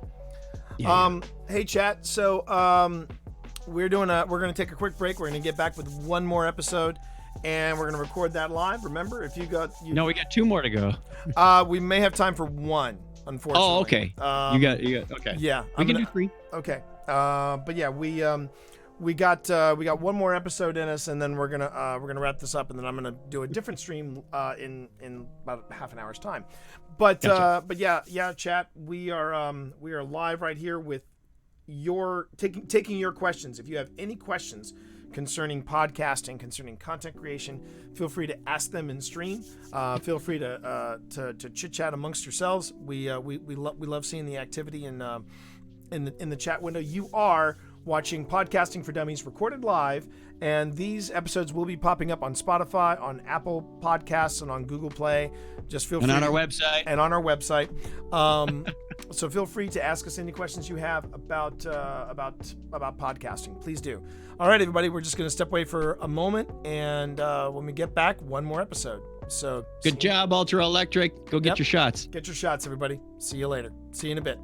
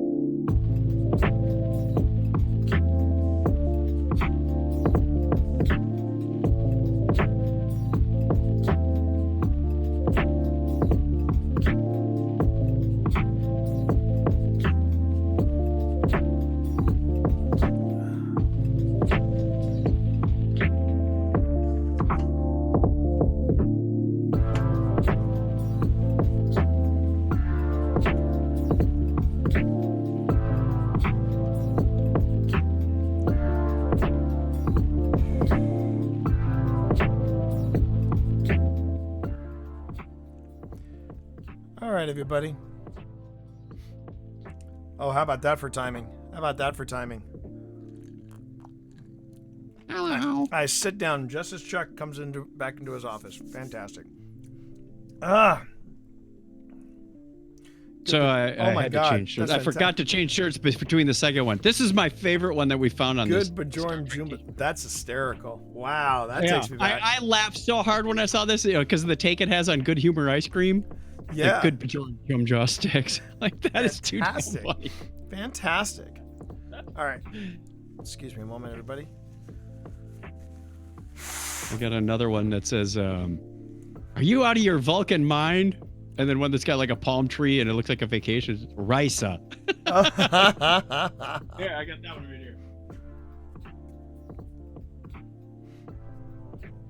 Oh, I love that. Yeah, that's nice. Beautiful. That's nice. That's nice. I would think, what, go to Hawaii or something? Yeah, I've got. It's funny. My Destiny wardrobe has really expanded quite a bit. I'm currently wearing a designer shirt called "Killed by the Architects Society." Anytime you have a mishap, like you get knocked against a wall or you trip or you go into the void, you're saying it says "Killed by the Architects." So there's this guy designed a shirt called "Killed by the Architects Society," and this is like my favorite Destiny shirt to wear. It's a bit like dying of dysentery on Oregon Trail. Pretty much. It pretty much is. Only it happens repeatedly. Far too many times. Anyway. All right. So, last one we've got time for. Show me the money. Show me the money. Attracting advertisers and sponsors, building your media kit, exploring listener-based revenue options. I'm gonna be blunt with the stream here and say this is not one of my favorite chapters. No, I mean no, it's fair. It's more than fair. It's more than fair. I think if we want to have an honest, if we want to open this up with an honest God talk about if you're looking to make money at podcasting, let's talk turkey about this, because I mean because I don't think anywhere in this book do we really talk about we have this one thing, how much money can you make? And there's small, medium, and large. Does your podcast need to pay for itself? Can you ever really know your audience size? I mean, these are all the sidebars. More value than money. They can't promise everyone's future success as they have been blessed as they have been blessed with, but keep this in mind: when people in life question you for buying electric gear, tell them you're doing it for more than money. So it's basically mine ended up being an investment in my career, but we'll get to that. Yeah. So I think and even if the entire discussion becomes a talk about okay, so we did this chapter called Show Me the Money. Now let's talk real. I mean, if we want, why don't we do that?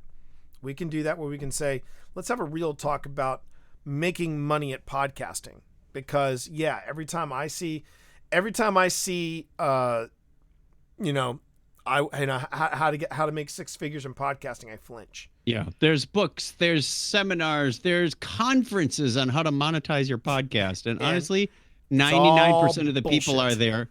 Yeah, the only people making money are the conference people. So you want to go down that route? I'm okay with it. I mean, I'm not going to trash talk anybody, but let's put some realism in here to let people know, I'll set fun it up. With it. Follow your passion. That's rule number one. I'll set it up. Don't worry. I'll set it up. All right. Here we go. Okay. So tell me when to hit the big red button. The big red button. Not the big red button that goes to the White House, but the other big red button. The other big red button. All right, hold on. Okay. All right, I'm waiting. Now loading. There we go. Key hold. What does that mean? All right. Key hold. Why is it telling me key hold? Do you got like a lock on there? Yeah, that's exactly what it was. Hang on. Did you remove the Write Protect tab? Have you tried turning it on and turning it off again? I showed my son-in-law a picture of some 5 1/4-inch floppy disks with the Write Protect stickers. Not a clue. I show this to my daughter. Like I was showing him vacuum tubes or something. Going, all right, program this. Hit record. Done. There we go. All right. Now this is episode 19. We're starting this in 3, 2. Hey everybody, it is Podcasting for Dummies, the companion podcast, and I am your host, T. Morris. I am joined, as always, by my partner in crime, Chuck Tomasi. Hey Chuck, how are you today? Hey, doing wonderful, T. Great. Off to a great start and looking forward to another episode. So, as you all know, during this season of Podcasting for Dummies, the companion podcast, we decided to go and do compendiums for each chapter. We've been working through our own book, and we've been talking about this is what we need to do, this is what we need to cover, and let's go beyond what we talked about in the book, or what we could talk about in the book, and we talk about any updates that have happened after the book has come out. So chapter 14, which is what this particular episode is about, is Show Me the Money. And we talk about making money with podcasting. Okay. Chuck and I talked about this before we went live, and we said, you know what? Let's do a proper addendum. And the proper addendum for this particular chapter is, here's why we are not the biggest fans of chapter 14. Yes, chapter 14, Show Me the Money, should be something that we cover, because there are people that make money at podcasting. However, There are people who make money streaming on Twitch that make big money, that make good money. Not everyone is going to get there. Not everyone is going to get there, and not everyone who streams is going to be a Lupo, or it's going to be a Pokimane, or is going to be a Ninja. In the same vein with podcasting, not everyone's going to be Welcome to Night Vale. Not everyone's going to be Serial. Not everyone is going to be the Joe Rogan Experience. Please don't get me started on the Joe Rogan Experience. But beside the point. Beside the point. So let's have an honest to God talk about making money at podcasting. Chuck, why don't you go on ahead and use that example you were talking about earlier before we actually hit record about the seminars from the people who are saying I can make you a 6-figure podcaster. Go for it. There are podcasts about monetizing your podcast. There are seminars. There are entire conferences and tracks at podcasting conferences about how to monetize. And frankly, 99.9% of the people are, and maybe even higher than that, are not going to achieve that. I'm going to quit my day job and just start with podcasting. The only people that are making money off of those conferences are the conference people themselves, right, by getting you to come to those. Right. So if your mission in life is to start a podcast to make money, T and I are in agreement on this. You're probably starting for the wrong reason. Follow your passion. Right. Rule number 1. Share what you love. Share what you talk to your friends about. Share what you talk to your family about. Even I use this very cautiously, even if it's about politics, religion, and dirty jokes. Well, for example, Mika in my chat, Mika said earlier, those who can do, those who can't teach. So I got some bad news for Mika. If you were to ask me where did I make the majority of my money as a podcaster, it was teaching courses in podcasting. People would hire me to come in and teach people how to podcast. And I'm the guy that I'm one of the guys that wrote the book on podcasting. And where I made the majority of my money, because I have made money in podcasting from some from donations, some from being hired by people to do promos for themselves, for their podcasts. I've made money selling ad space on my podcasts. But the majority of my money made via podcasting was either in teaching courses in podcasting, giving workshops in podcasting, or being hired to be a keynote for a podcast, for a podcast conference. That's where I made my money. And, you got paid for that? I did. Wow, I didn't ask. Once or twice. Not all the time, but once or twice. And when I say I got paid, sometimes I got paid in people took care of my meals and my travel and my my hotel room. And to me that was enough. That was enough. And so that is where I make the bulk of my money in podcasting. And when you talking, wait, you guys are getting paid? Yeah, exactly. We get paid to do that. We do not, when people said, I know there were some people that have looked at my career in podcasting and go, well, T focused his career on teaching people how to podcast. So he was, he didn't really make money. He was actually giving his skills away and all this stuff. No, I was getting paid every time I gave a class. I never donated my time. My time is worth, the only time I've ever donated, and even then it was self-serving, was when Chuck and I did a PIY workshop, which we're desperate when we can start traveling again to do again. But even then, that was a promo for this book. It was a promo for Podcasting for Dummies. But yeah, every time I taught a course in podcasting, that would be, let's see, if I could just get a media pass to an event, I called it exactly Phoenix Dev. Exactly. If you can get a media pass, that's a score. I remember, this is non-podcasting related. Well, maybe it's sort of podcasting related, but like, I remember that Pip and I, when we were touring with the Ministry of Peculiar Occurrences' first book, Phoenix Rising, we thought it was a smash, like a knockout of the park, when we got free access to New York Comic Con. And that was because we were talking on panels and we were signing books. That was a huge success for us. But when it came to... I've had that a couple of times at Dragon Con too. It's like, Exactly. woo, I'm a pro. I know, you're, woo, you know. It saved me $80. Exactly, exactly. You're still spending $1,200 for the entire week, but hey, $80, woohoo! Another round of drinks. Anyway, but the idea is that, yeah, when I would, where I would make my money in podcasting was in seminars, and if I and that even, and I would even say I made more money with the seminars than I did with this book. So really, wow, yeah, okay, I know what that amount is. Exactly. But the reason why was because of frequency. People just were like, they were desperate in 2007, between 2007 and 2009, 2010. People were desperate to learn how to podcast and how to podcast for a business. And I would be hired to come in and spend a day with the company. But that's my point. I rarely made money off the podcast itself. And and to put it in streamer terms, it's a bit like with again, this is conjecture. So bear with me.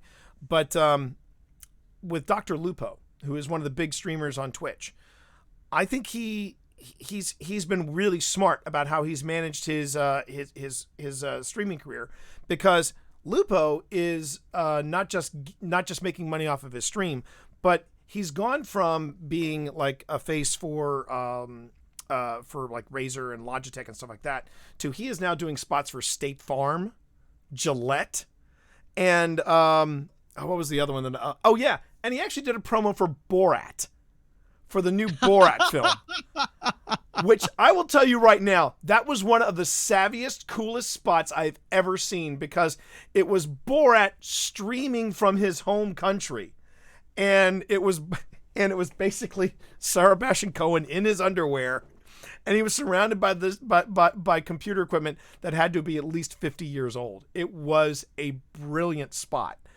Again, that's where he's making the bulk of his money. It's no different than professional athletes. Professional athletes aren't making their money playing the sport. They're making it in endorsements.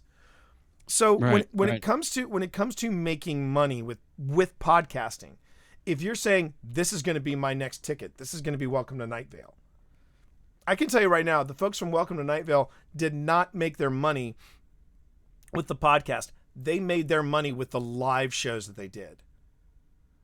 Those live shows were not, hey, free admission.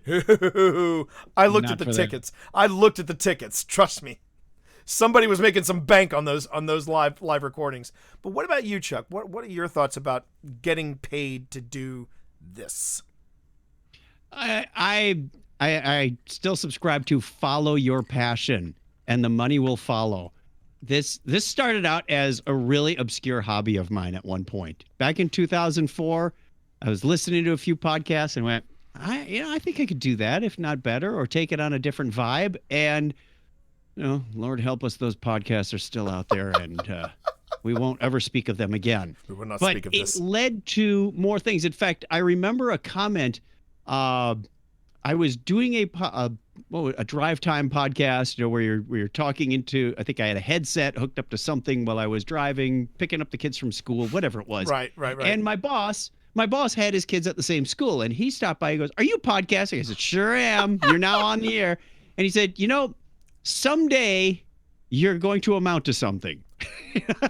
I mean, it wasn't that exact words or that derogatory. Right.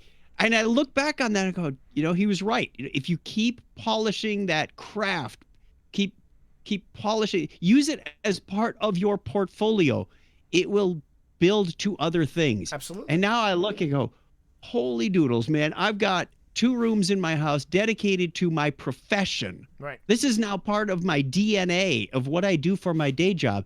That's where I'm getting paid. Right. And yes, I've got a podcast for work. Yes, I've got several live streams for work. Yes, a lot of my home equipment is invested in that, but they've also invested some in my equipment as well. So it's a mixture of came with the house, I bought it, or work bought it. Right. And I get to live my dream now. This is where I want to be. But there's also the non-tangible wins out of this. The network, the global network of friends. Not even going to call them listeners or viewers. They are friends of mine that have sent postcards. I go to London and a guy drives 2 hours from Birmingham to come down and have lunch with me. And just who we meet at the conferences that go, oh, I love your videos, or I listen to your podcast. Or we mentioned it on the last episode, someone who writes you and says, you changed my career. Right. Win for me, for them, for everyone, because I had this obscure hobby years ago that just built on itself and became part of that portfolio. Like you said, I feel like I won from the endorsements, not from playing the sport. Right. And again, that's where we have this chapter in the book because people want to know, how do we make money at this?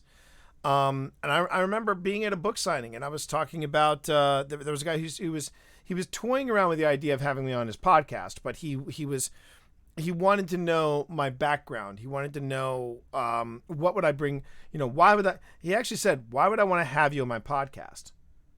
And I said, well, I've been podcasting for this time. I've been working with social media. I have books on Twitter, and I have books on how to represent yourself online, how to carry yourself online, how to be safe online. And he just shook his head and he said, I'm more interested in people who make money. And I remember my response to him. I said, well, then I guess I'm not going to be on your podcast. Yeah. And he stared at me. He stared at me like I'd insulted him. But I'm like, no, I'm not going to be on your podcast. Because there are, if you want to make your podcast into a money-making venture, yes, you can do that. But you've already created a hill that you're probably going to die on.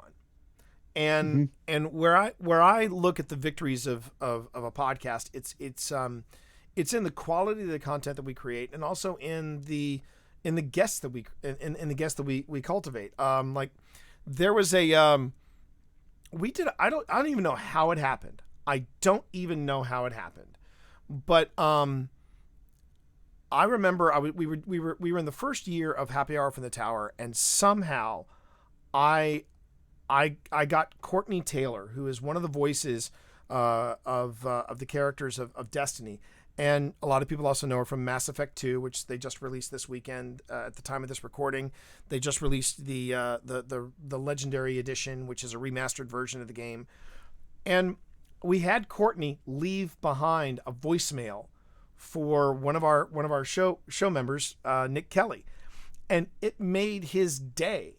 But then Nick started reaching out to her and said, would you like to come on the show? And not only did she come on the show, she brought with her Sissy Jones, who was another voice talent. And we had originally planned to have this one voice actor on the show. We wound up having two, and then we got other voice actors to come on the show.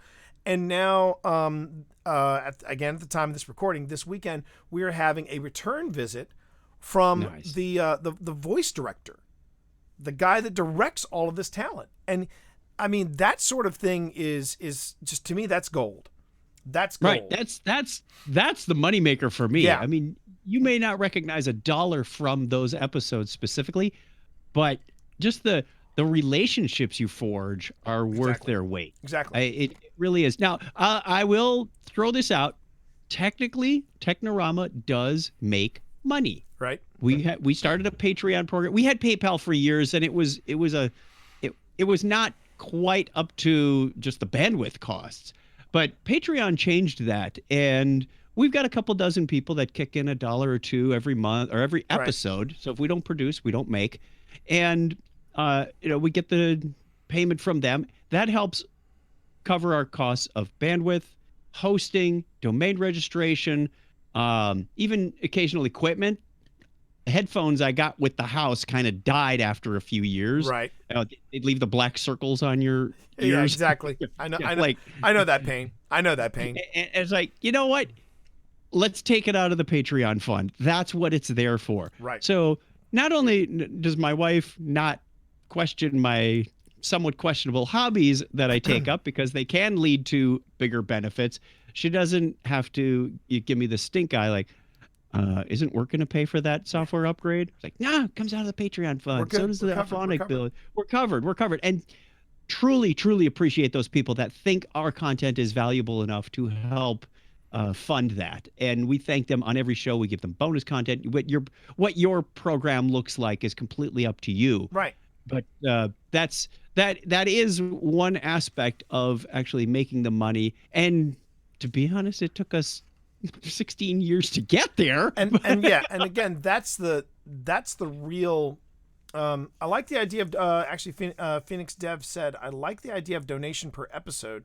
Great motivator to keep making episodes. Yeah, I would say that Absolutely. Patreon is probably the best way to keep content flowing. The reason I have not dove into Patreon is mainly because I look at Patreon as sort of the Kickstarter that never ends. And having done 3 Kickstarters in my life, 2 of which were huge successes, one of which was a near success, but what I would call a successful failure, that stress in my life I just don't need. Now, my wife maintains a Patreon, and she does a pseudo podcast, pseudo audiobook with her Patreon, and she's been having some really good early results with it. I know another podcaster, a guy by the name of Phil Rossi. He does this thing where he runs a Patreon, does an exclusive podcast for the Patreon, and then months later he re-releases his content for free. And he's now doing a paranormal investigation podcast called "Don't Turn Around," which is perfect for Phil Rossi if you know his fiction. And the thing about the thing about making money, it is not out of the ordinary. It is not impossible to make money. That's not what we're saying. We're just saying that making your podcast straight out of the box as a money-making venture may be detrimental to the podcast itself, because you're going to be demanding results straight away. And when people talk about the success stories, when they talk about Serial, when they talk about lore, when they talk about Welcome to Night Vale, I recommend taking a moment, just taking a breath and looking at it and saying, okay, well, what did they do differently? Or what was different about them? Serial, for example, that was NPR. NPR did Serial. Okay. A lot of people forget that. They did Serial. Aaron Menke, who does lore, I would say and Welcome to Night Vale. Welcome to Night Vale was professional actors and professional recorders, let's try that again. Professional audio engineers, people who really knew what they were doing, and they were just doing this little quirky side project. And if you look at the difference between Welcome to Night Vale and when Welcome to Night Vale became popular, the early episodes of Welcome to Night Vale was just one voice and the weather, which was the featured artist, right? And for many episodes, it was just the voice. It was just the guy who did the voice of Night Vale and this. That's all it was. When they started becoming popular, when they started to go viral, that was when they started getting voice actors to come in, and people like Will Wheaton and stuff like that. They really became bigger and bigger and bigger, and then they became Night Vale, and so I mean that. But the now the one that was really interesting was Aaron Menke. And he's the guy that created lore. And I think that part of his success was that he was passionate about it. He was really passionate about it. And I believe he had a Patreon, and the Patreon was about, people were submitting to his Patreon ideas for like, hey, have you looked into this, tall tale? Have you looked into this legend? Have you looked into here? And so yeah, their early episodes, they never saw what was coming. They never saw what was coming, except for maybe Serial, because Serial had NPR backing. And even then, the reason why Serial, I think, really did well was because it was true crime, and true crime right now is and I will tip of the hat to their marketing department for coming out right out of the gate saying the most popular podcast. Yeah. Like, how did they make that claim right from the start? Right. But that was pretty ballsy. It's very ballsy. It's very ballsy. But I mean, so when you say I'm going to make a podcast and I'm going to, eventually quit my day job, it's a bit like saying I'm going to start streaming and I'm gonna be the next big thing, and here's how I'm gonna do it. And I've seen some people try to find their niche, trying to find their gimmick, and I've seen people do some amazing things as streamers. I've also seen people do some things as streamers that make me go, "Whew, how long can you keep that momentum?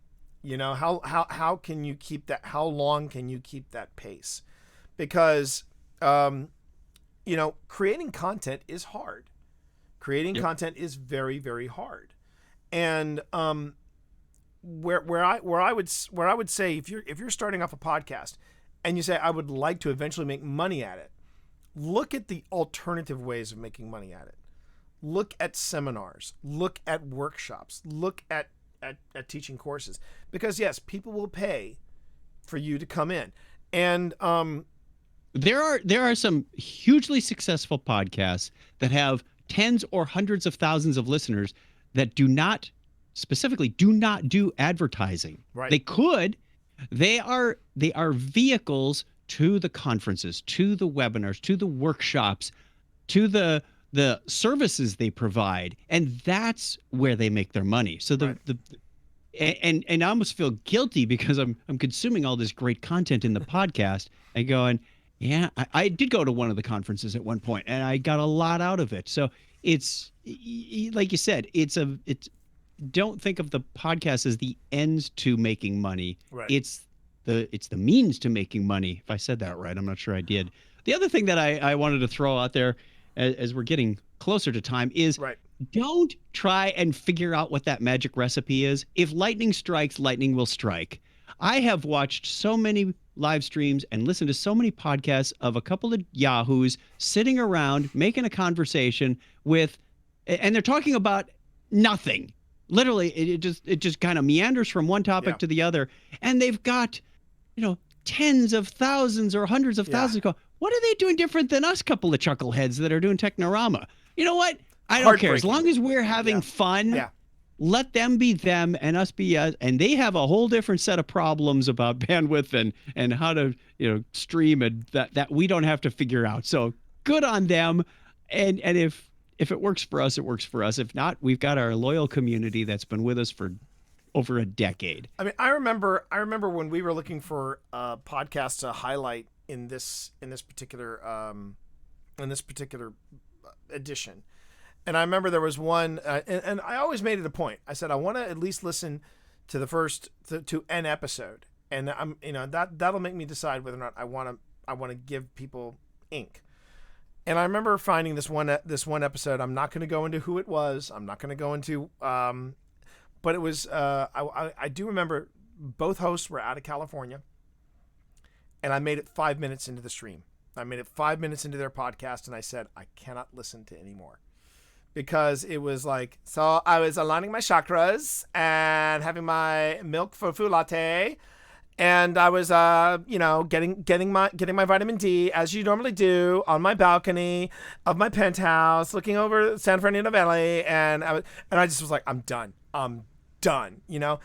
And I would look, and this person had sponsorship.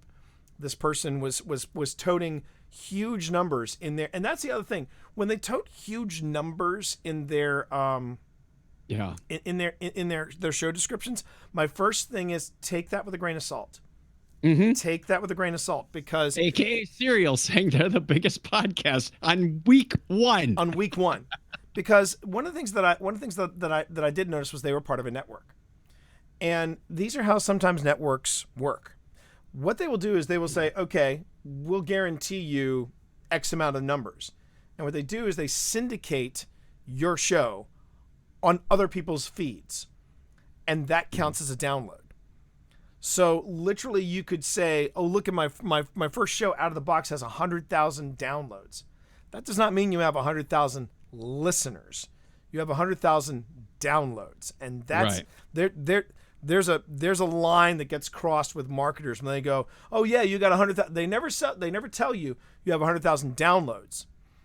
I'm sorry, you have 100,000 listeners. You have 100,000 downloads. Now, if you go to a potential sponsor, a potential advertiser, and you show them your numbers and you put in front of them, look, I have 100,000 downloads, That's not what the person who's going to sponsor your podcast thinks. They're going to look at this and go, oh, you have 100,000 listeners. And the reason why that's bad is that if they don't see a tick up in their sales or whatever they're hawking, that's when they're going to go, yeah, I don't think we want to sponsor your podcast anymore. Right. And, And now you mentioned networks, and I think that's a great way to expand your potential revenue. We were part of Farpoint Media for a number of years, part of Farpoint Media and for a while. alone we didn't have the listenership to attract a sponsor. So by joining Farpoint, we were asked to run ads for, what was it at the time? GoToMeeting or GoToWebinar or GoToMeeting. GoToMeeting, yeah.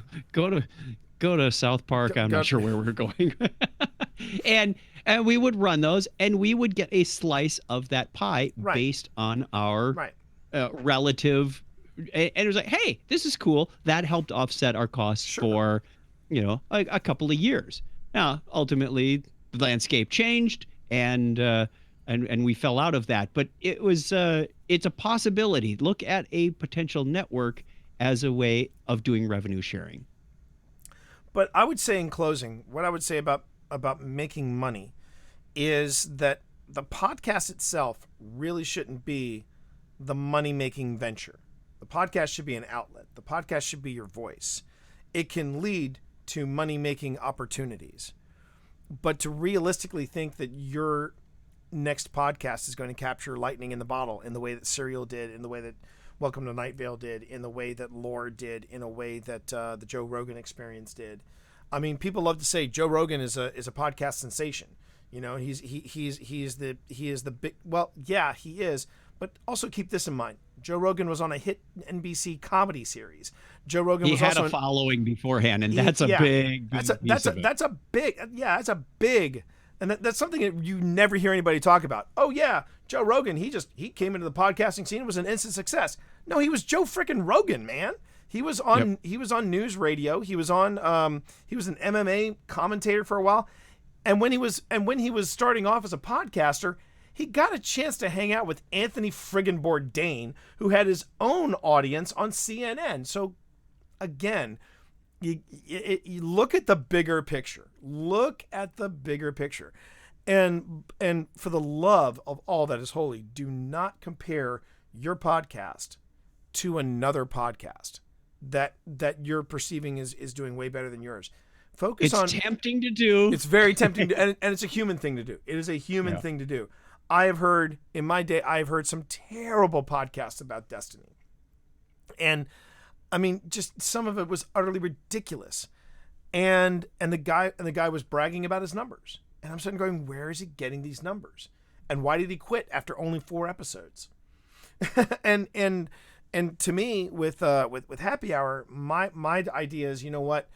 We put out an episode when we put out an episode, and it's honest and it's fun and we're having a good time. And that is the whole intent. And and that's why you should be podcasting. Does that mean you can't make money at podcasting? No, of course you can make some money at podcasting, but don't have it be your be all and end all. You look at a bigger picture and really ask yourself, why am I podcasting? And if it isn't because I love what I'm talking about, I think you're going to run into some problems. So Chuck, what would you have to say to add to that? What would you have to add to that before we wrap it up? I think we pretty much covered it. That was a good summary. Yeah, do it for the passion. Do it for the passion. And we're going to be coming back to that probably in later episodes. But we'd love to know what you think about this. We'd love to know what you think about the opportunities for making money, about the opportunities for turning your podcast into a revenue generator. We want to hear your stories as well. And you can share those stories at 703-791-1701. You can use WhatsApp, or you can just drop us a voicemail and we will gladly play it on the show and talk about it on this stream. Speaking of this stream, every time we go live, we're going live and we're going to record 3 to 4 episodes. So by all means, swing on back around here to twitch.tv/the T Monster and bring your questions in here. And we will handle those live. So please, by all means, go ahead and do that. You can also reach us at our website. You can reach our YouTube through our website as well. It is podcastingfordummies.com. So there you have it there. And remember, folks, that Podcasting for Dummies is protected by a non-commercial, no derivative, share-alike United States 3.0 license. And you can find out more about that license at creativecommons.org. On behalf of Chuck Tomasi, thanks for watching and thanks for listening, everybody. Pot on. All righty. Stop recording. Yep. And I have 11 minutes left on this card. Perfect. Yeah. 11 minutes left on this card, everybody. You need bigger than a 1 gig card, apparently. I know I need bigger cards. Well, it's on the it's funny, since getting the new gig, I am now making a list of stuff, a prioritized list of stuff that I want to pick up now that I'm going to have an income. And fortunately, we haven't racked up too much debt, so that's nice. That's a nice thing to not worry about. I had shoot me those files on Google Drive or whatever. I had some fun. I couldn't resist. I was on like wish.com or something, and they said, hey, you can get a 512 gig SD card for holy crap, that's huge.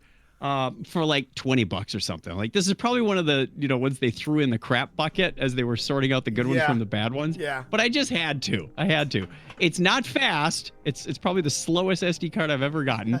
But I put it into my H6, and the H6, when you put in a card, it tells you how many hours you have left. So if I format this 16 gig card, it'll say like 24 hours if you're doing two mono tracks or stereo track, whatever. The more tracks, the less time, blah, blah, blah. So I put this thing in and I said, how many hours could I get out of 512 gig? I kind of broke the system. It couldn't count that high. It said 999:99:99. Like, wait, hours and minutes don't have 9 nines in them. Wow. Nothing like breaking the system. I love it. Well, I mean, and honestly, that's one of the things that I'm going to be making a list of, is because I think with this new day gig, I'm going to probably have to get a brand new account here for like for upload and download speeds, because the job that I was talking to, they're very interested in my video capabilities. Nice. So I'm just gonna try to get a feel for it and see what they want.